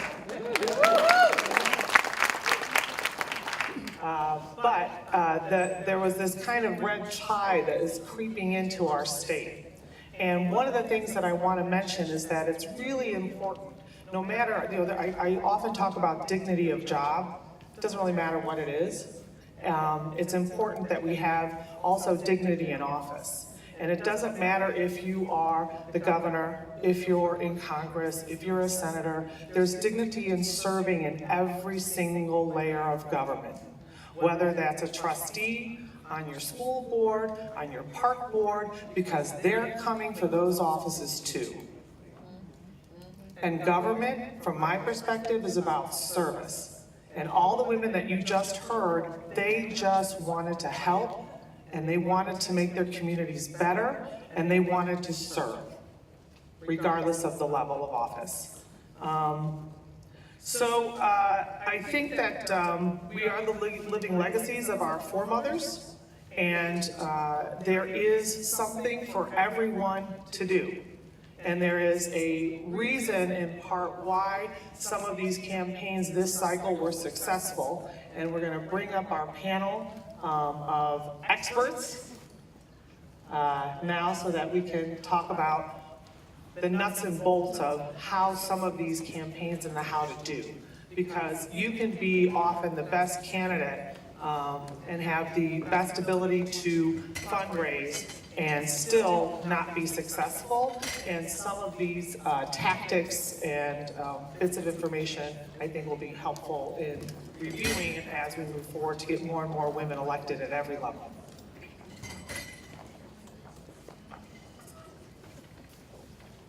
Hello, hello.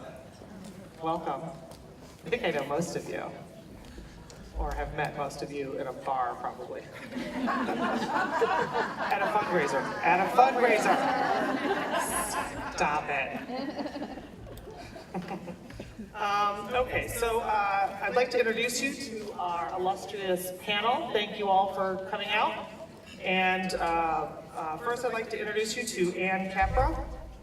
She is a political professional with over 17 years of experience in Democratic campaigns and legislative offices. She's managed and consulted with campaigns at every level, with the majority of her experience encompassing races at the House and Senate level, although recently she was the campaign manager for the very successful J.B. Pritzker for Governor campaign.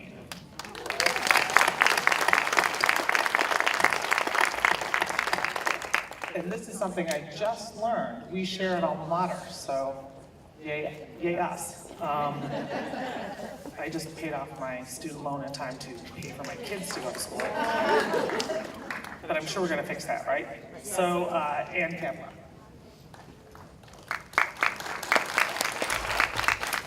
Okay, can you hear me?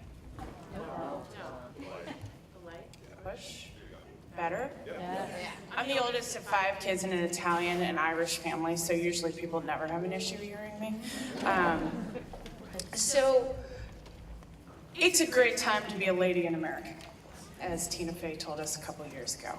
And if you're not thinking that right now, you should have been paying attention to the news over the last 24 hours. Because in the last 2 years, we have found one person capable of dealing with Donald Trump, and her name is Nancy Pelosi.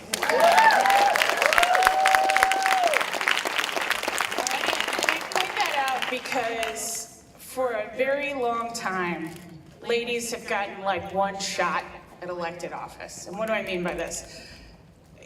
Hillary Clinton loses in 2016, and I'm sure you've heard this, maybe from some of the men in your life. And look, some of my best friends are men.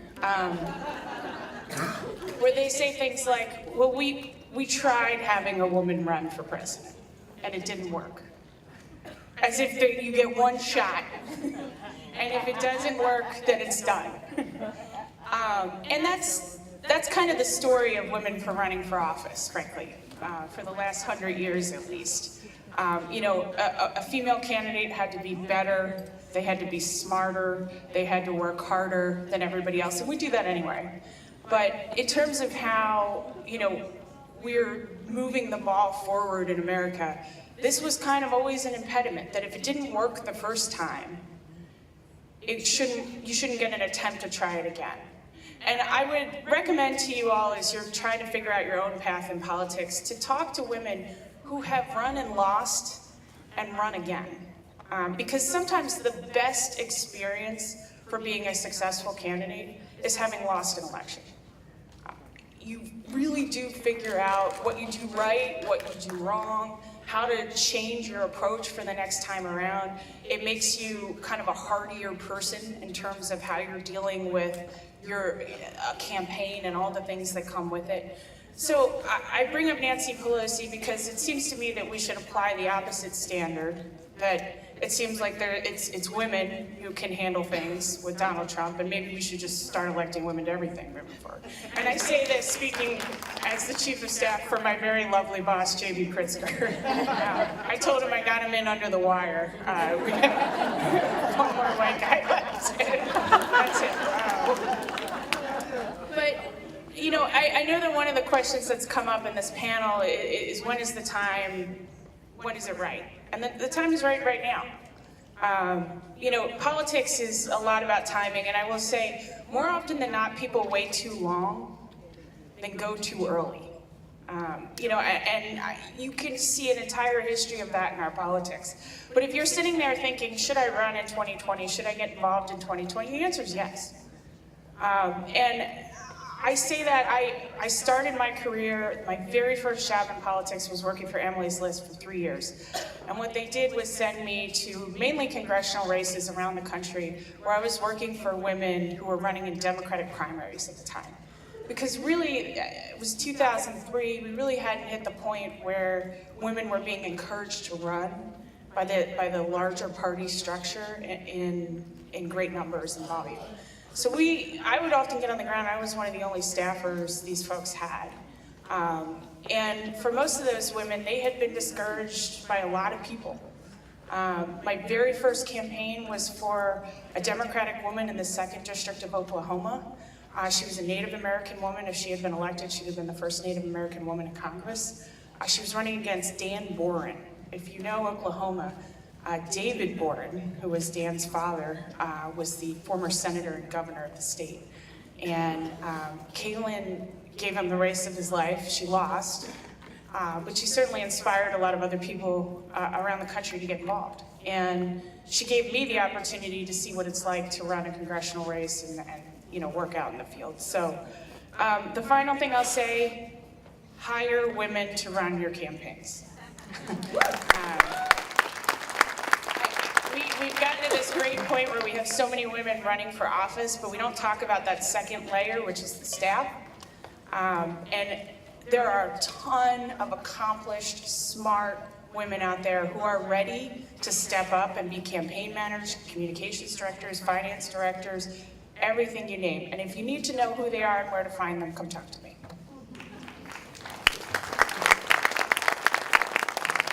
Thank you, Ann. And again, it's talking about that layer, right? So if you're not, there's so many different kinds of positions and opportunities that if you're not the campaign candidate, there's other positions available within not only the campaign structure, but also the party structure too. Next, we have, is that Scott? Mr. Kennedy. We have Scott Kennedy. He's worked on a number of Illinois statewide races for Democratic candidates, 2 governor races and 2 Senate races. And in that time, he's amassed a very large number of files on Illinois election data. Scott created a website to try to provide a lot of the basic data in an easy to use and understand format to help the overworked campaign staffers. In addition to campaign work, he's worked in government in various capacities, including as a staffer for then State Senator Barack Obama. He currently works at AL Media, which is a democratically aligned political and media firm. Mr. Kennedy. There should be a PowerPoint available. Is it up there? Oh, helps if I look behind me and not just always forward. No, absolutely. Okay, so they asked me to just go over a little bit of what happened in 2018 so I can walk you through some of the more interesting things. I've got 5 minutes, so we'll do this as fast as we possibly can. There's some trends going on with the way we vote in Illinois. We're going to talk about 2 of them. The first one that's really noticeable is that downstate is trending more Republican. this animated GIF here shows the representation in the State House by Democrat or Republican. It goes from 2002 through 2016, and what you just noticed by visually looking at it is how much red you see downstate, because that section of the state is trending somewhat red. This list of numbers, they don't mean a whole lot, but let me tell you the one thing that is interesting. It's really important when you're running statewide to get a balanced vote around the state. And the statewide elected candidates that struggle on the Democratic side have typically not done as well downstate because that number is moving away from us. And what we saw this cycle that was encouraging were all of the statewide candidates, they weren't necessarily winning the downstate vote, but they were getting up to a number where they could then have the opportunity to win statewide. So for example, when you look back to 2014, Pat Quinn only got about 33-34% downstate. Alexi Giulias, when he ran in 2010, same thing, and those were wave Republican election years. This year, even though a lot of the Democratic enthusiasm was in the suburbs, our Democratic statewide candidates were back up in the upper 30s, which is where we need to be to win. So we have to compete everywhere. I wanted to show a couple instances of races in the suburbs where the Democrats won and try to give you an example or give you a sense of what it was that, that made that encouraging. And so, for example, this is the 24th Senate District where now State Senator Susie Goyak was successful. And this district is very common for some of the districts that we saw in the suburbs at the State House and State level, State Senate level. She won by 1.5 points, whereas Governor Rauner bested Governor Pritzker by 3, and even Kwame Arula lost his seat, lost his district by 1 point. This was very common in what we saw in a lot of the successful state legislative candidates. They were able to work within their districts to get the best value that they possibly could, and in most cases they outperformed the top of the ticket by just a little bit. And then the last two I'm going to show you are the two congressional victories in the northern parts of Illinois. You know, going into this cycle, we knew that there were going to be 4 contested congressional districts. The 6th and the 14th up in the Chicagoland suburbs, the 13th in central Illinois, and the 12th in southwestern Illinois. And if you had told me at the beginning of the cycle that the Democrats were going to win 2 of these 4, I would have guessed it was going to be the other 2. What happened here in the suburbs is this trend towards the Democrats was really overpowering. Now, here in the 6th, one of the reasons that everyone was so encouraged was that Hillary Clinton had won this district over Donald Trump by 7 points. But at the same time, in the same election, Tammy Duckworth had fallen short by 6 points. So we needed to see some encouragement here that would extend to a Democrat and not just somebody running against Trump. And here, Sean Casten managed to win this district by 7 points, despite the fact that Governor Rauner bested Governor Pritzker by 5, and Erica Harold beat Kwame Arula by 3. So we're seeing a lot of encouragement at the federal level among the federal candidates. And then the last one I'll show you is the 14th, where you have a very similar dynamic. You know, you think back to, if you look back to 2014, one of our most popular Democrats in the state of Illinois, Senator Durbin. Senator Durbin lost his seat by almost 17 points. So for Lauren Underwood to come in and win by 5, that gives you an idea of just how dramatic the change is.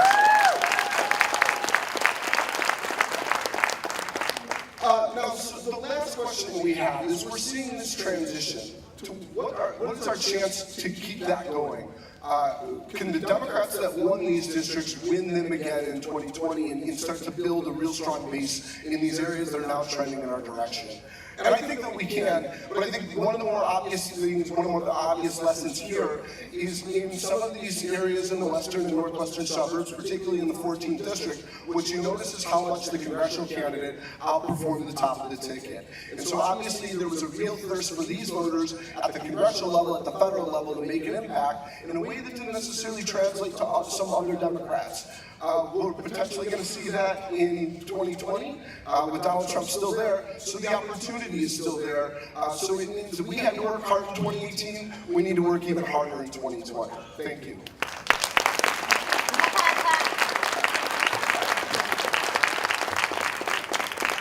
Yeah, my county is one of the ones that Senator didn't do well in, but we're going to change that this cycle, right?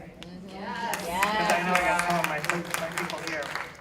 Thank you, Scott. So next we have Ron Holmes, He's a Chicago-based government and political affairs consultant with ties to the city, state, and federal government. He's the founding principal of the Black Voter Project.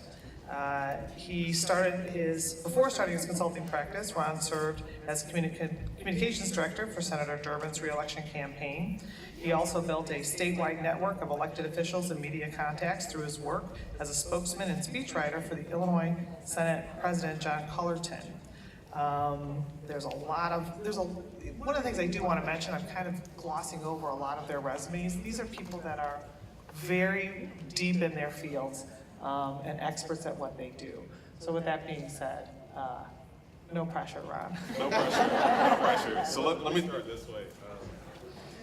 One of my favorite bosses is here today, and I want to give her a quick shout out, Loretta Durbin.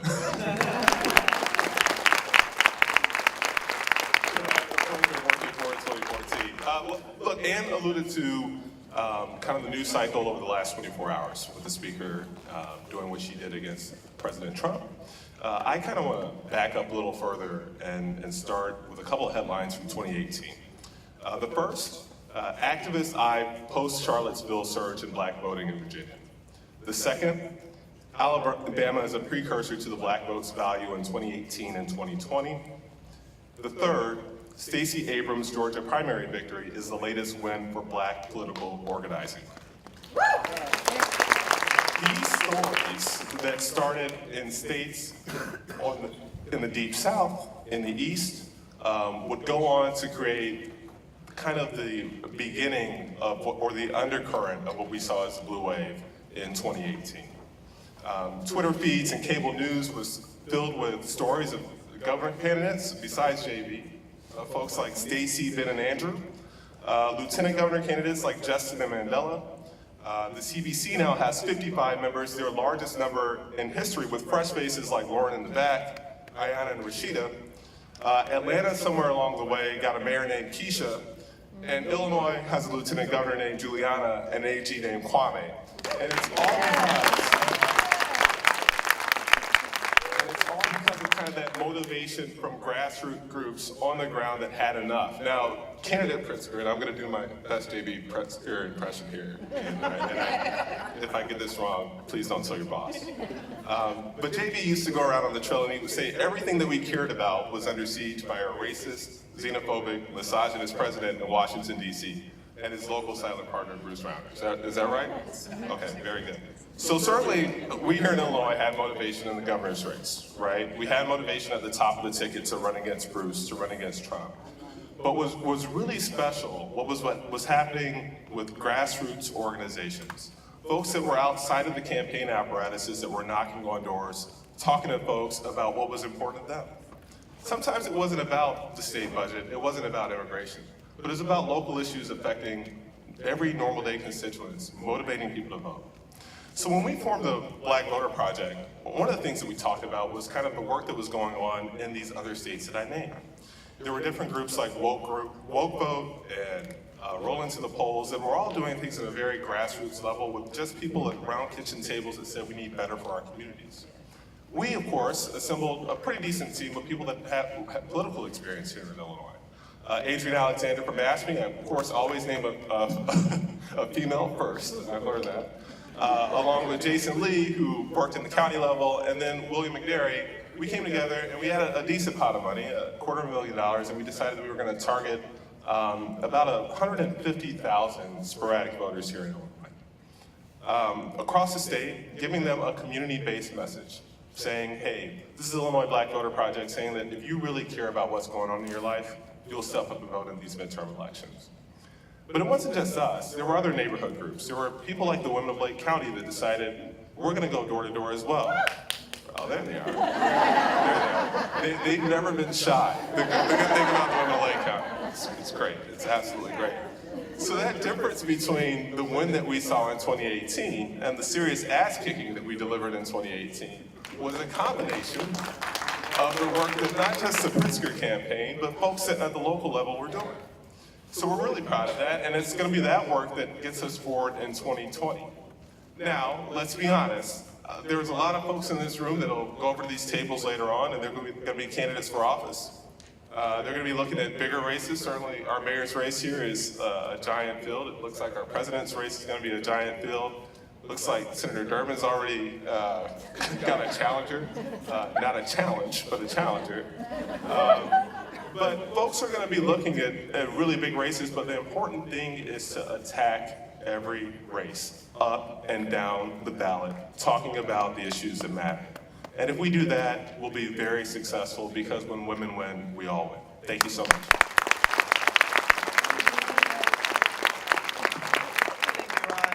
Talking about all the different layers that happened uniquely in this cycle to create the wins and the progress that we wanted to see, as well as making sure you can't win if you don't have a full ballot, right? So that's also really important. And I know that the association worked very hard after the primary to help try to fill in those gaps. And I would encourage you, if you're thinking about running again, early. Do not wait till after the primary. Moving on to our next guest, Ann Liston.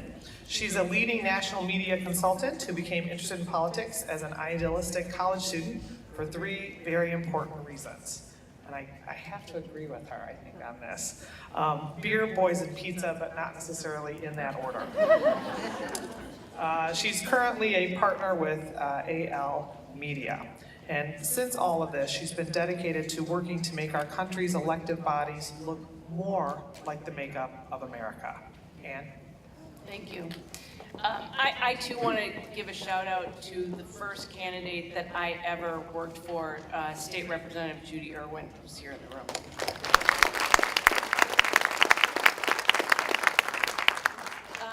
So I worked for Emily's List a number of years ago, like Ann did as well. And I spent a lot of my career running around the country, recruiting and training women to run for office. And in 2018, it was sort of it was nirvana. It was the best election, and a election that I had been working for really my entire career. And I sort of changed my focus after the election, and I decided, as I looked around and I saw the elected bodies changing and looking more like America and having more women candidates in these elective offices, I've now changed my focus, and I am looking at the political professional world, and it is a place that still we are woefully underrepresented in the world of political operatives and campaign managers and media consultants and pollsters and direct mail consultants and digital directors. And so my focus has now changed, and I am dead set on making a plug for, I think, one of the funnest careers and jobs in the country, which is to work in Democratic politics at any level and hopefully get more women into these positions of political professions. I'm going to move through the PowerPoint pretty quickly. You've heard a lot about storytelling and women candidates in the 2018 election and telling their personal story and the unique candidates that came out and ran. So I think, I just want to give a plug to these two. I think both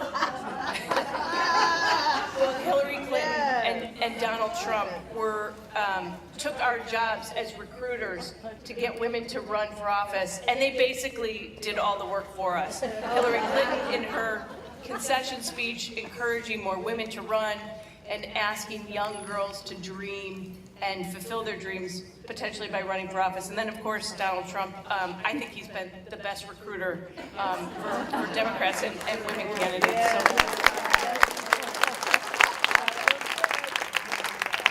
Donald Trump. But I'd like to just go, we took a, yeah, we can skip. So I'd like to just play a little bit, we took a mashup of a number of candidates across the country, and I thought it would be interesting to just see some of their stories and how they talked about their candidacy.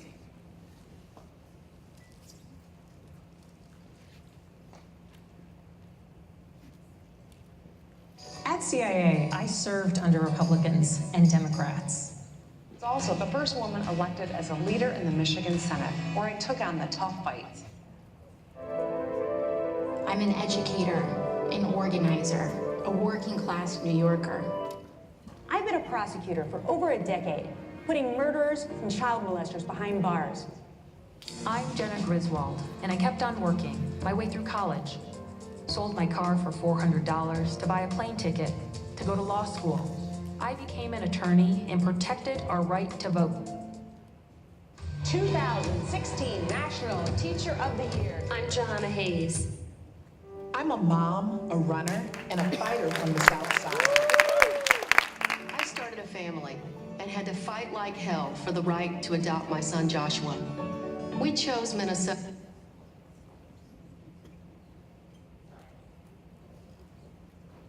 At CIA,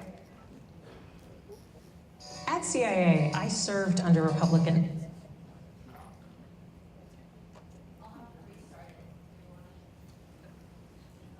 At CIA, I served under Republicans and Democrats. It's also the first woman elected as a leader in the Michigan Senate, where I took on the tough fights. I'm an educator, an organizer, a working-class New Yorker. I've been a prosecutor for over a decade, putting murderers and child molesters behind bars. I'm Jenna Griswold, and I kept on working my way through college. Sold my car for $400 to buy a plane ticket to go to law school. I became an attorney and protected our right to vote. 2016 National Teacher of the Year. I'm Johanna Hayes. I'm a mom, a runner, and a fighter from the South Side. I started a family and had to fight like hell for the right to adopt my son Joshua. We chose Minnesota as our home. As a trans person, running for office is a dangerous thing. There's a lot of people that don't really like me just for me. As a registered nurse treating patients, and especially as a woman with a pre-existing heart condition. When my son was murdered, I vowed to make a difference. During the trial, I started deciding for myself that no matter what happened, I was not going to be silent. But fortunately for us, we had my grandmother. She was able to step in and make sure we always had what we needed. I know what it's like to have a financially insecure environment, and I know a lot of people don't have somebody like my grandmother. Raised by a single mom, from community college to the Ivy League, from a waitress to the White House. Pushed through college and law school as a single mom, and I'm 30 years sober. I grew up spending summers on a farm in Warren County. My grandparents grew corn and soybeans. I'm Rashida Tlaib. I'm the eldest of 14, and I've been fighting for working families my entire life. I'm a nurse. I've been a nurse for over 30 years. I'm a survivor of a decade of childhood sexual abuse and also campus sexual assault. I've been everything from a victim's advocate to a social caseworker, the whole focus that whole time being working with children, youth, and families. I have experience in government and policy. In 2011, I ran for school board. In the state senate, I worked across the aisle to end the backlog of untested rape kits. I'm running for Secretary of State, and you can trust that I'll be accountable to you. So that's just a small sample of some of the terrific stories that these women candidates had. And every one of those women won their election. As someone who goes around and works with candidates, tells their story, talks about policy, which is incredibly important in these races, you typically would see jobs and the economy as one of the top issues, and it was in many of the races, or education, but the most dominant issue in this last election was healthcare. You had women who came out of the woodwork and said they had pre-existing conditions, and that's why they were running. They had folks in their family with healthcare issues, they had constituents with healthcare issues, and it became a dominant motivator for them running for office, and then it ended up in many of their campaigns on their advertising. So we have a couple samples of those ads. I'll stand up to anyone who tries to privatize Medicare or cut Social Security. I'll make sure all Iowans have access to affordable, quality care. But when my appendix burst, quality health care literally saved my life. I'm running for Congress because every family has a right to quality, affordable health care. And I know affordable health care that serves everyone is fundamental. Because every American deserves quality, affordable health care. Because healthcare is a right. I'll fight to make it more affordable. And make sure no one is denied care due to a pre-existing condition. Taylor voted to gut protections for people with pre-existing conditions. They would end protections for pre-existing conditions. Discriminate against people with pre-existing conditions. Pre-existing condition? Russell would let insurance companies deny you coverage. If healthcare isn't affordable, it's not accessible. I'll always stand up to insurance companies to protect you.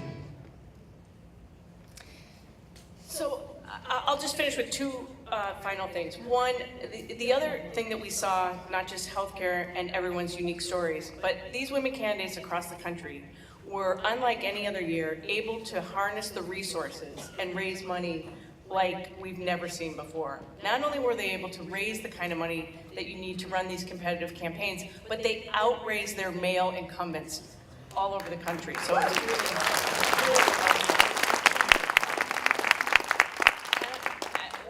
I'm just going to speed up a little.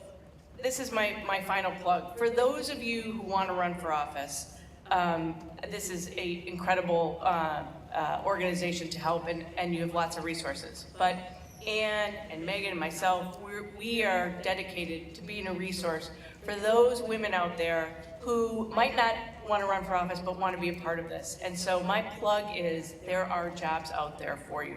So if you love English and history and writing and politics and speech giving, there's a communication job for you. If you like organizing and mobilizing and helping candidates in their field operation, there's lots of field jobs out there for you. If you love math and statistics and you want to be an analyst, there's polling jobs out there for you. If you love film and video and digital work, there's all kinds of media jobs out there for you. And if you love all of that, there are terrific, fun, fantastic campaign management jobs all across this country for women and men who are running in the Democratic Party. And this is my plug, and I'm dedicating the rest of my career to making sure that we change the makeup of those who are making the big decisions, that you look at all of the amount of money that these candidates are raising. These are big stake jobs where lots of decisions are made, and we need to change the makeup of the people who are making those decisions. So I encourage you all to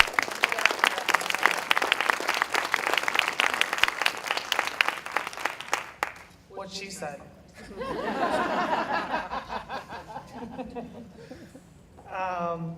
Next we have Megan Clausen. Am I saying that right? Yeah, that's right. Thank you. With a name like Zahorak, I think it's important to get the last name right. She is a political consultant in the area of digital management of campaigns. She was the digital director for the successful and sophisticated J.B. Pritzker for Governor campaign. And prior to that, she was the digital and media leader for Hillary for America. Welcome and thank you. Thank you. I have a presentation. There it is. Okay. I'm going to try to walk you guys through quickly some of the things that we learned with JB's campaign and some things that I think are helpful to think about when you're thinking about digital and either running for office or running a campaign. So I'll try to go through this as quickly as possible.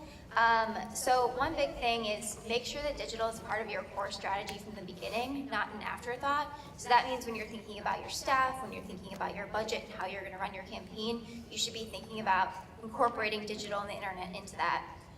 Another big thing is to be authentic with your online content. I think we've heard this from a lot of people today, particularly the candidates, but being yourself is super important online as well.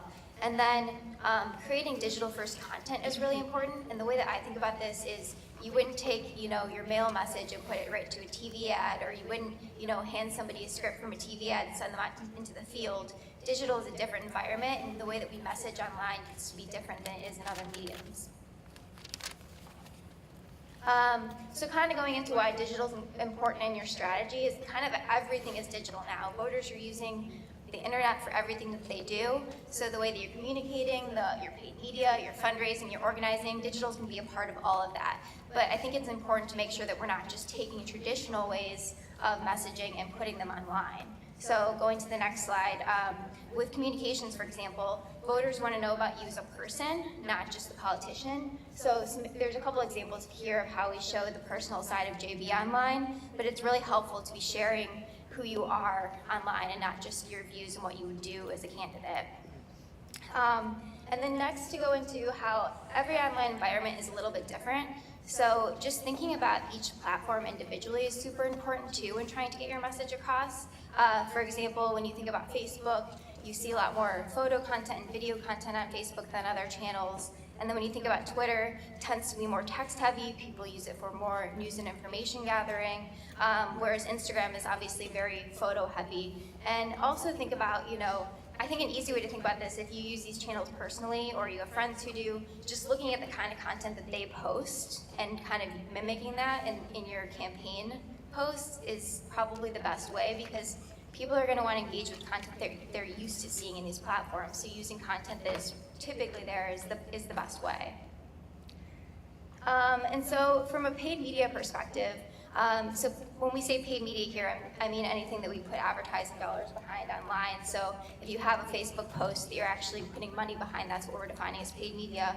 It's important to think about the goal that you're trying to achieve with your paid media and make sure that the creative aligns with that goal. So if you're trying to list build or fundraise, you want to make sure that you're making the ask right away and making it easy for someone to click right off the ad and take an action. Whereas if you're trying to persuade someone, that could involve a little more storytelling. That's where video is really important. We'll go into a little bit more about video in the next slide. And then for GeoTV, it really depends on what you're trying to do. If you're trying to get somebody to commit to vote so you can follow up with them later, or if you are trying to just give them election information, just think about what you're trying to get somebody to do. And so in terms of video, I'm going to go into Facebook specifically here because that's usually the channel that people will use right away, especially in down ballot races. So important things to think about are about 80% of Facebook impressions are consumed on a mobile phone. So a lot of times, if somebody's on a phone, if you cut your video into a square or a vertical ratio, it'll take up a lot more of the actual space versus a standard video. So that's one thing that you can do to make your video more compelling online. Another thing is, and this is probably the most important takeaway, if there's one thing that you'll do with your digital video, please put subtitles on it, because most impressions are viewed on Facebook with no sound. If you think about how you consume Facebook, you oftentimes are looking at videos and not turning the sound on. You actually have to click usually to turn sound on. And that's similar with YouTube sometimes too. So just putting subtitles on your video will help people get your message. Otherwise, they might not get the message you're trying to get them to get. And then the last thing I want to say is, on Facebook, people usually only watch about 3 to 5 seconds of a video. So you really want to make sure that your message is front-loaded. And I think this feels a little weird because, the typical arc of a TV video is, you kind of set up the story and then give some information, and at the end you get to the point. But here we really want to think about how can we get that main point across right in the beginning so that people can get the core message that you want them to get. And then the last thing that I wanted to go into a little bit is you can also use digital tools for some of your organizing efforts. So one thing that we were really successful doing was communicating with voters via text message. And this is actually very intuitive because if you think about how you communicate, how your friends communicate, everybody is kind of using text messaging now more than traditional phone calls. So this is just another way to actually contact your voters and get your message across. Another thing that I think is helpful and important is encouraging people who are out there knocking doors for you, or volunteers that are out there for you to post on social media, and then you can share those posts or have them send you pictures that you can post. This is a great way to get content for your campaign without actually investing in like a campaign photographer. And then last, just wanted to say that if you are getting people's information, their emails, their phone numbers, use that information to reach out to them and recruit for events or recruit volunteers to come out for your campaign. We especially found that texting people was effective in getting them to turn out. Sorry, I've gone over time. So with this, that kind of wraps up. I have one more slide, just like some key takeaways. Make sure you're incorporating digital into your campaign from the beginning. Be deliberate and consistent with your digital voice, and have a digital first content strategy. Thank you.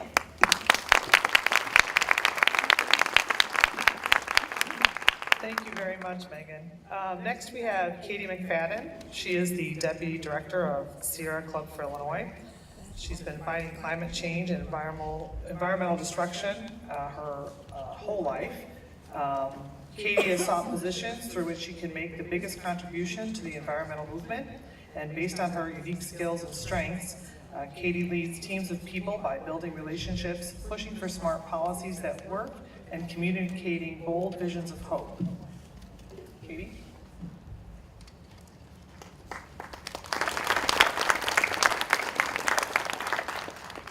Be like Scott.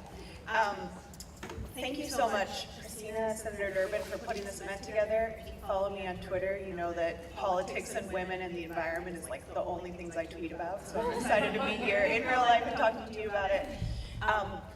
Women, we run for office because of the issues that we care about. We run for the right reasons, right? We run because everything we care about right now is under attack, whether it's healthcare being stripped away, or families being separated at the border, or the fact that we only have 12 years to address the climate crisis. So I'm here to talk to you a little bit about the issues that matter so much and how you can get involved through the issues that I'm sure you guys care so much about, and make a real difference in politics. So if you are moved because of the climate crisis, I hope you do run for office, and hopefully the Sierra Club will be there to support you. I think every elected official we've heard from today is endorsed by the Sierra Club.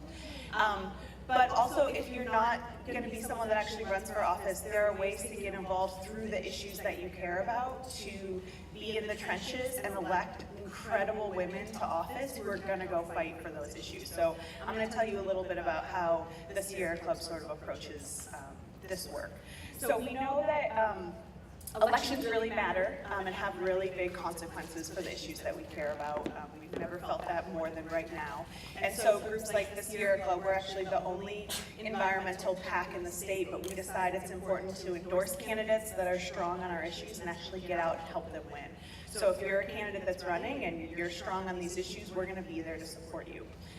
So a little bit about how we do that, and first a little bit about the Sierra Club. We have over 100,000 members across the state. We have 14 different groups, so no matter where in the state you live, there's actually a local Sierra Club group near you where you could get involved electing candidates to office who are strong on the issues. And we really, our theory is that we are never going to have as much money as the bad guys. Right, so we, in general. So how we make a difference in these elections is really trying to bring issues to the forefront. We know that there is widespread support amongst the electorate for clean air and clean water. And so we're going to be there to start talking about those issues and talking about candidates in relation to those issues, and use that as a way to really motivate people to go to the polls. Because oftentimes there's a real difference when it comes to the issues that we care about of the two choices that you have on the ballot. And so where there is that sort of third-party validator to say, hey, this is really what's at stake for these issues. Here's what this candidate is for, or here's what the opponent is for, and using some of that negative messaging as well, and really trying to make that case. And we find that especially when the noise gets really loud in some of these elections, when there's just a lot of negative campaigning, you can really stand out when you're willing to connect about issues that really matter to people. And especially when, with data systems that we have right now, we can get so targeted in who we're talking to. We know we're talking to people that care about the environment, and we're able to speak directly to them. And then the next slide. So the Sierra Club, we have, like I said, 100,000 members and supporters across the state. That's our strength. We have people who care so much about these issues that they want to get out there and they want to go walk for Karina Villa and make sure that she gets elected in her state, and we did that. And so these are ways that you can actually get involved to get to know the local candidates who are running in your area and help elect them because of issues that you care about. So as the Sierra Club, we work hard to organize events where we're getting out and actually talking to voters, being able to knock on that door and say, hi, I'm a Sierra Club member, I actually live in the neighborhood across the street, and I'm just coming to talk to you about how, giving up my Saturday because there's such an important difference in this race, and we have to elect Karina Villa to the State House. And that really allows us to connect on a way that sort of, like I said, is a little bit above the noise, and talk to people who we know are going to want to hear from us. So we really focus on motivating our members to get out and help elect these folks. So you'll see we have a lot of fun and take a lot of pictures, use a lot of social media too, to really show the impact of this work. A little bit about what we did just this fall. We knocked on over 30,000 doors across the state just as Sierra Club members, for our Sierra Club members. We averaged about an event for candidates every other day throughout the state. So no matter where you were, there were places where you could plug in, join other Sierra Club members, and help elect candidates that really mattered. So really a focus on in-person events where you can really, like I said, get your hands dirty and get involved electing these candidates. And we made 119 endorsements across the state, and we won 85% of them, which is a pretty good rate, I think. So a little bit about if you do want to get involved, obviously the Sierra Club is one of a number of issue groups that do work on elections where you can jump in, but like I said, this is something you can plug into no matter where in the state you live. And really get to know those candidates that are running, that are going to be on the ballot, get to know what their positions are on these issues, and help get them elected. Thank you.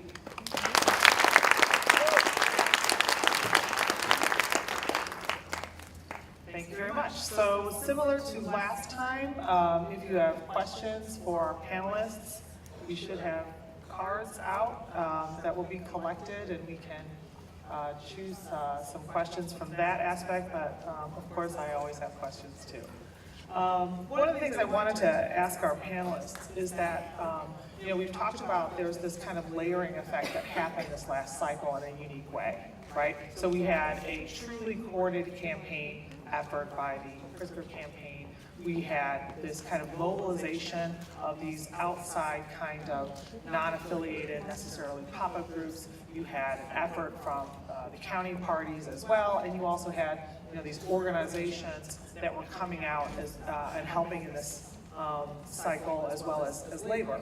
And we don't always see that kind of really kind of energized and organized effort. And a lot of the resources are coming from more affluent or populated areas, whether that's Cook or the Collier counties. And so my question is, you know, from your perspectives, how do we continue that momentum into 2019 and 2020 and engage not only just in the perhaps more affluent areas, but elsewhere in the state? Easy question. Sure, of course. Well, look, running a coordinated campaign in 2018 was a real value of J.B. Pritzker's campaign. Not just because we had the resources to do it and we had a candidate who was interested in it. Honestly, a lot of it came from a burning rage inside my heart that wanted to beat every Republican at every level of the state and county. Running for dog catcher and you were a Democrat and came to talk to us, we wanted to help you out. But I will say, we have to have that mentality moving forward, because oftentimes what happens, and I worry about this for 2020, we Democrats, the top of the ticket is really sexy. You know, we all want to talk about who's going to be the presidential frontrunner. Let me tell you something, guys, you're not going to know that for probably 15 months. And it's great. We're going to have a big, messy primary. And we need that right now. And love it and embrace it. And whoever comes out of that, work like hell to get them elected. But understand that underneath that are all levels of county and local office that matter. We are walking into a new legislative session next week. We have a supermajority in the Illinois House and Senate. And that means, and it's not going to be easy because we know Democrats, we like to fight amongst ourselves a lot, but at least the conversations are going to happen on our terms. And at least we're going to be able to move the state forward in a good direction. So I would say, as you're looking at 2020, I know a lot of you are probably thinking, I really want to go out and work on a presidential election. And that's great. But I will say to you, if you have a real burning interest and desire in politics, that you're going to get a lot more in many ways out of these down ballot races. Congressional races, state house and legislative races, county races, as Ron mentioned, the mayoral race. On a small campaign, you move up quick. and really smart, good people get promoted quickly. I was a chief of staff for 2 members of Congress before I was 30. And it was because I was working on smaller races throughout the course of my career. So I think that's really important. And then to your question about organizing in different communities, I have to be honest, money is important. Lauren talked about it earlier, you've got to raise money. But it's become less important than it used to be. And I know I'm speaking as a campaign manager for J.B. Pritzker right now. But the truth of the matter is, you know, the great thing about Democrats, we've seen this kind of all over the country, we have an ability now to raise a lot of money through small dollar donors, and we see a lot of successful politicians who do better work in Texas raise millions upon millions of dollars, really off of $25, $30, $50 contributions. Message, authenticity, ability to organize and energize the community matter a great deal more, in my opinion, now. And I would say it's particularly in communities that we have often ignored, where that energy is seen, and where they know instinctually how to organize well. You know, the affluent communities often get all the attention and the time, but what I saw across Illinois was communities of color organizing in ways that we hadn't really seen or frankly recognized before, and using some of the techniques out of their own neighborhoods that they've been using for years.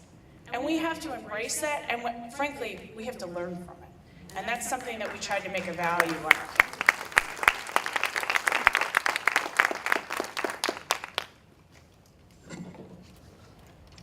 Multiple lenses on this. So, Ann is absolutely right about all that. And I think it all starts with trust. Kind of inside baseball point of view is that in the past, we have not done a great job as Democrats here in Illinois coordinating anything, right? Let's be perfectly honest about it. But last cycle really allowed us to all buy in, including with the county chair strategy that said in every county we were going to compete. And the important thing is, yes, there were some losses along the way that we thought we could win, but I worked in a race back in 2010 in Decatur, Illinois, Macon County. At the time, I knew it was an uphill fight. Cycle after cycle, what we've seen in Decatur and Macon County is more Democratic organizing, more involvement. Andy Menard became a state senator in that district in 2012 after a remap. We just saw a sheriff's race where literally the guy won by 1 vote on election day. And that's been contested, but the reality is we have to keep going back to these places that aren't always the blue counties that Scott Kennedy alluded to. And when we do that, and we talk about issues that aren't just short-term cycle issues, but issues that are really impacting their communities at the local level, they're gonna more likely trust the Democrats when we show up in their neighborhood every cycle, so. I'm going to add to that, and one of the things I think that is unique about this cycle too is that because there was a much more layered campaign and coordinated campaign, that left a wealth of experience out in those spaces where we didn't have experience in terms of people actually having real field work or real campaign running opportunities. So hopefully that will continue as well. I also wanted to ask, you know, since we're at a women-centric event, that we know that women make up the majority of the electorate, and of those who are voting, white women make up about 40% of the electorate in 2016, and 45% of those women voted for the guy that's currently in office in DC. And I know that we've talked about trying to address that portion of the electorate. And I'm wondering, from your perspective, if rather than trying to reach out to that or engage in that portion, if we look at the women in particular who, of all, both white and of color, who did not participate in the election, because it seems to be a larger portion. And how do you see reaching out, or is that a valuable electorate to reach out to in this next cycle? I'll take that. Our firm worked on the governor's race in Georgia for Stacey Abrams. And one of the things, we made a critical strategic decision that regardless of the end result, she came up a bit short, but we got so much closer to 50% plus one and beating Brian Kemp because we made a critical decision on who we were going to talk to and how we were going to allocate our resources. So the decision was, do we go back and communicate to the Democratic base over and over again, or do we look at this unique voter that is registered but very sporadic in turning out in midterm elections? And we also have these voters, and we know who they are. They also exist in the presidential years too. So we took a bet, and the bet was that we were just going to count on those consistent Democratic voters, many of them women, and particularly African-American women, and we were going to not talk to them with our resources. We were talking to them in the earned media, and Stacey was out there, and she was definitely talking to them. But when I say talking to them, I mean allocating resources to specifically target them in mail and digital and television and so on. And we took the bulk of our communication dollars and we spent it on talking to these sporadic voters. And we talked to them about, we spent a lot of time in research finding out the issues that were important to them, what they liked and didn't like about the Democratic Party, about this candidate, about the Republicans, about Donald Trump. And then we really spent that research, the research dollars and our communications dollars, getting into their communities, talking to them about the issues that matter, and then putting folks from that community in the area to really work it on in the doors and on the phones. It's a very difficult decision to make because you want to count on the folks that you already know are going to turn out. But I think it was critical in getting her to the place that she ended up on election day because we made that decision in talking to sporadic voters. Can I add something to that? The first campaign I managed was for a woman in Colorado. Her name was Betsy Markey. And I got hired to be the campaign manager, and I came out there, and she had already been running for about 3 months. And I looked at her schedule, and the week was Sunday, speak to the Larimer County Democrats pancake breakfast. Monday, speak to the Boulder County Democratic Women's Lunch. Tuesday, speak to the Weld County Democratic Organizing Committee. The Democrats who go to organizing committee meetings are already voting. Okay? You don't need to talk to those people. That doesn't mean you ignore them. It just means that they're already fired up for you. You gotta go talk to the people who either usually don't vote or might not be voting for you out of the gate, but might be able to be persuaded. So what I made Betsy do, and she hated me for it for 6 months, in Colorado, obviously there's a huge farming and ranching community there. Farming issues are not simple, and they don't fall easily into Democratic and Republican buckets. So I made her go sit with farmers who met early in the morning on Wednesdays, and she was like a very early riser, so this worked out well for her calendar, and talk to the dairy farmers in the district who nobody had come to talk to before. Now, were they their margin for victory? Probably not. But in a race where, you know, as Ron just said, some of these races get won by 100 votes, by 1 vote. Persuading those people matters. So I encourage you, get out of your comfort zone. Go talk to the people who aren't already 100% behind you and show up to every event that you're at with your button already on their lapel. And that's a hard thing to do, frankly, because with women, I find this one thing that holds us back. A lot of times we're like, oh, they look like they're already doing this. I don't want to bother them. Get over that. Bother people. Shit's real bad out there, guys. Like, people need to be bothered right now. And you would be surprised at how many times somebody turns around and says, gosh, it's really great to talk to you. So I really think it's important as you're thinking about if you're going to run or if you're going to manage, you don't want to go talk to the people that already are in your camp. And again, I don't mean ignore them. I just mean, they'll understand. They want you to win. So, Right, I mean, coming from McHenry County, we could, you know, if you're running for office, if every single Democrat that we know comes out to vote, and the folks from my county have heard me preach this, and everyone we think is one of us comes out to vote, we still don't win to that point, right?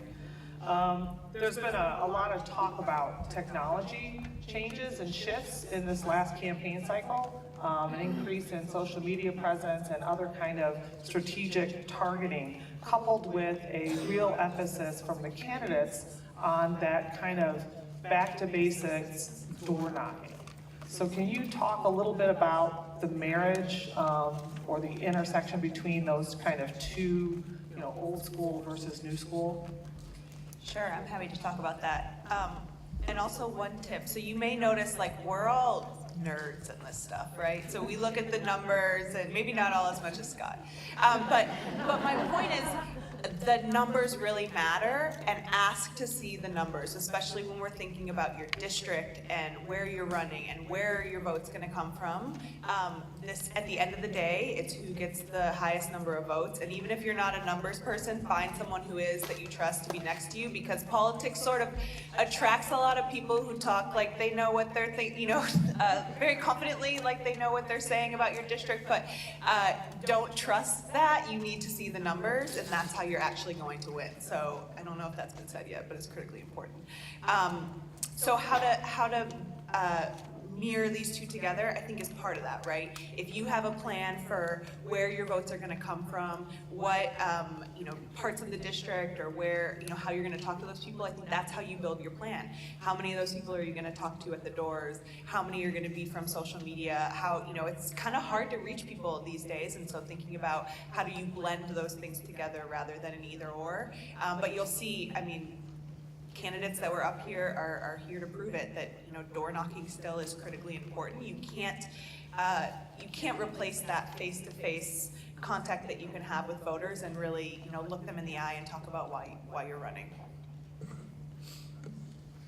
And just to add to that, I think when you are looking at the numbers and trying to figure out how to allocate your time and your resources, it's important to think about who the people are that you're trying to reach and what their habits are. So like a younger group of people probably is going to be more receptive to text messaging than a phone call to a landline, versus an older group of people, maybe they are more receptive to that landline call, maybe they are more receptive to that face-to-face conversation. So just thinking about who it is you're trying to reach is very important too. And with paid media resources, it's the same thing. You want to think about like where people are spending their time. Are they spending more time watching TV, or are they spending more time on Facebook or YouTube? And use those habits to actually figure out how to use your time and resources. Okay, thank you. We're going to take one question here from our audience, and then we'll start to wrap it up. So this is from Eva Baldinger. Am I saying that right? Baldinger, thank you. How do you approach campaigns in the face of voter suppression and election hacking? And specifically talking about the Abrams campaign and the Beto campaign, and I will add to that some of the soft voter suppression that we're starting to see in our counties.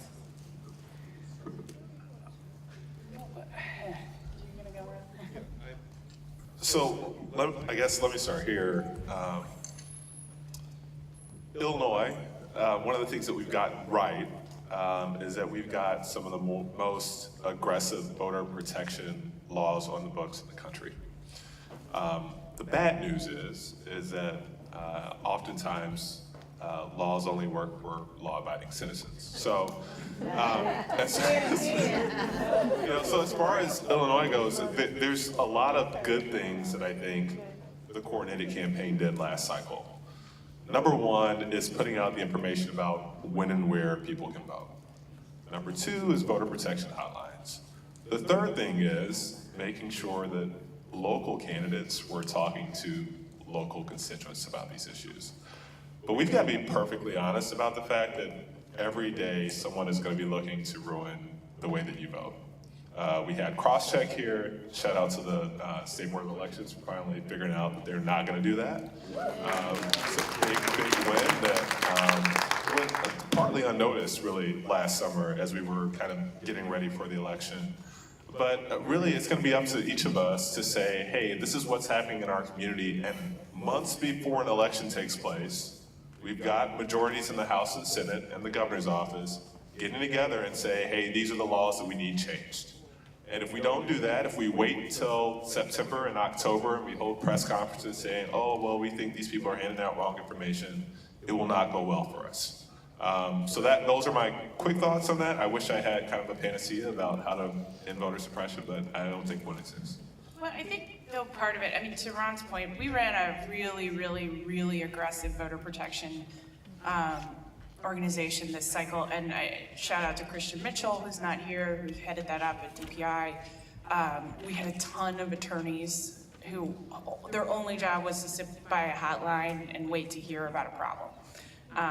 And then we deployed every resource we had to try to deal with those issues. I've seen this all around the country, and Illinois actually has one of the more robust systems, in my opinion, to kind of counter this sort of stuff. But that doesn't mean it's going to stop. I think that there are efforts the government needs to make to secure the ballot box and to make sure that there is no tampering going on. I think we have to make voting continually more accessible. And that includes things like, do we go to an all mail-in ballot system here in Illinois like some other states have? Do we expand the mail-in ballot system we have right now? We ran a huge program over mail-in ballots in 2018 and it paid off. And I think the third thing is just being vigilant. I think one of the things that social media has done that's been great for campaigns is that when anything sneaky or weird or strange starts to happen, people are either videotaping it, photographing it, and they're posting it online. And we got a lot of tips on that just based on people's Twitter accounts around Illinois, and we were looking for it. So, I think it's just vigilance and, frankly, publicity. The idea that the more you expose these things, the more we're going to be able to combat them. And frankly, not letting anybody suppress your vote. Go vote, and make sure your neighbor votes, and your kids vote, and your parents vote, and your brothers and sisters vote. I think that we have to be the agents of change in our own communities to get people to understand how important it is to go cast a ballot, no matter how hard or difficult it might be to get to that ballot box, that we, make sure they understand that they need to go do it. And one more thing, and I completely forgot to say this. County clerk elections matter. County clerk elections matter. So, we just went through this last cycle, like, if there's not someone running for county clerk, run. Please, please, please, please. And I'm just going to add, I'm going to piggyback on the last comment on this subject, is that the county parties also have a function. In that if you are a precinct committee person in your county party, you have one of your responsibilities to appoint election judges from your neighborhood. And I think, as moving forward as the County Chairs Association, we'll be kind of hammering this over the next couple of years because it is incredibly important. That's kind of one of your first lines of defense while you're actually in the polling place, right, is your election judges. The second thing is that you can do yourselves here in this room is go to your county party and make sure that you sign up to be a poll watcher. So that if there is something that is not kosher going on, that there's somebody there to witness and respond. And it's not to say that there's necessarily this massive, nefarious movement, but there's something afoot. At least I can tell you that from my county. So thank you everyone for coming and talking today. I think we're gonna get she's pointing to me, but I don't know why.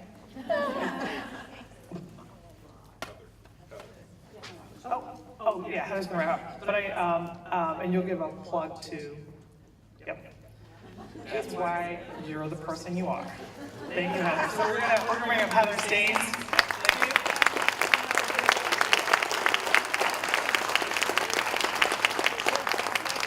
All right, I'm gonna be really quick here and wrapping up. I hope this has been informative and energizing to you guys.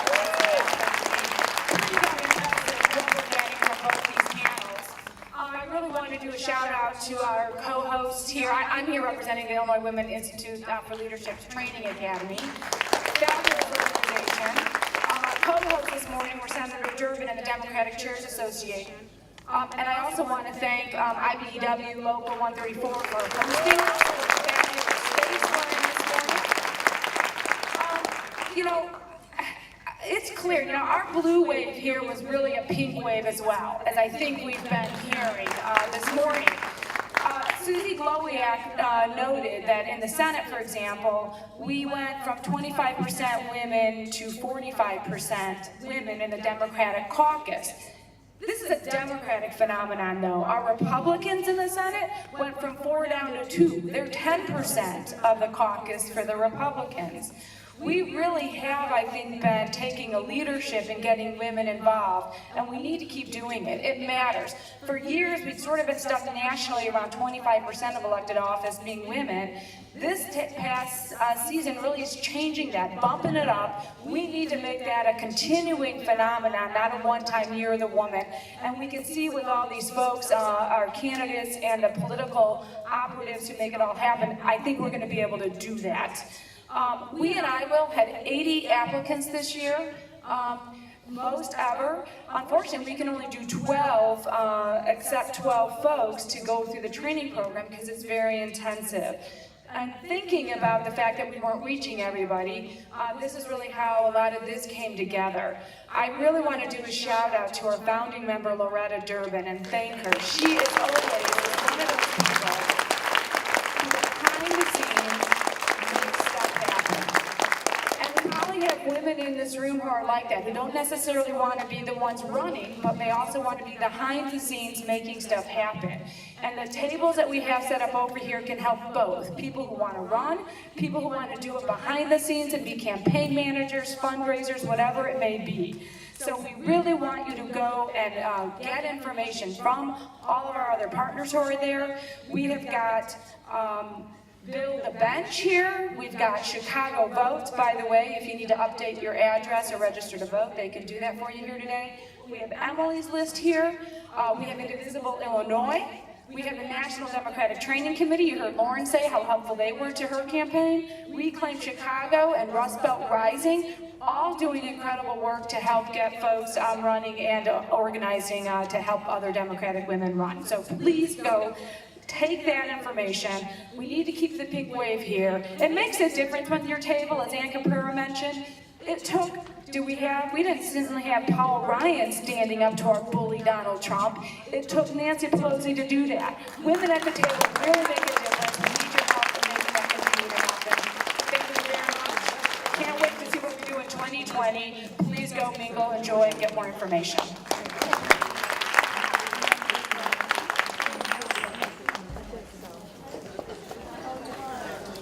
So good to see you.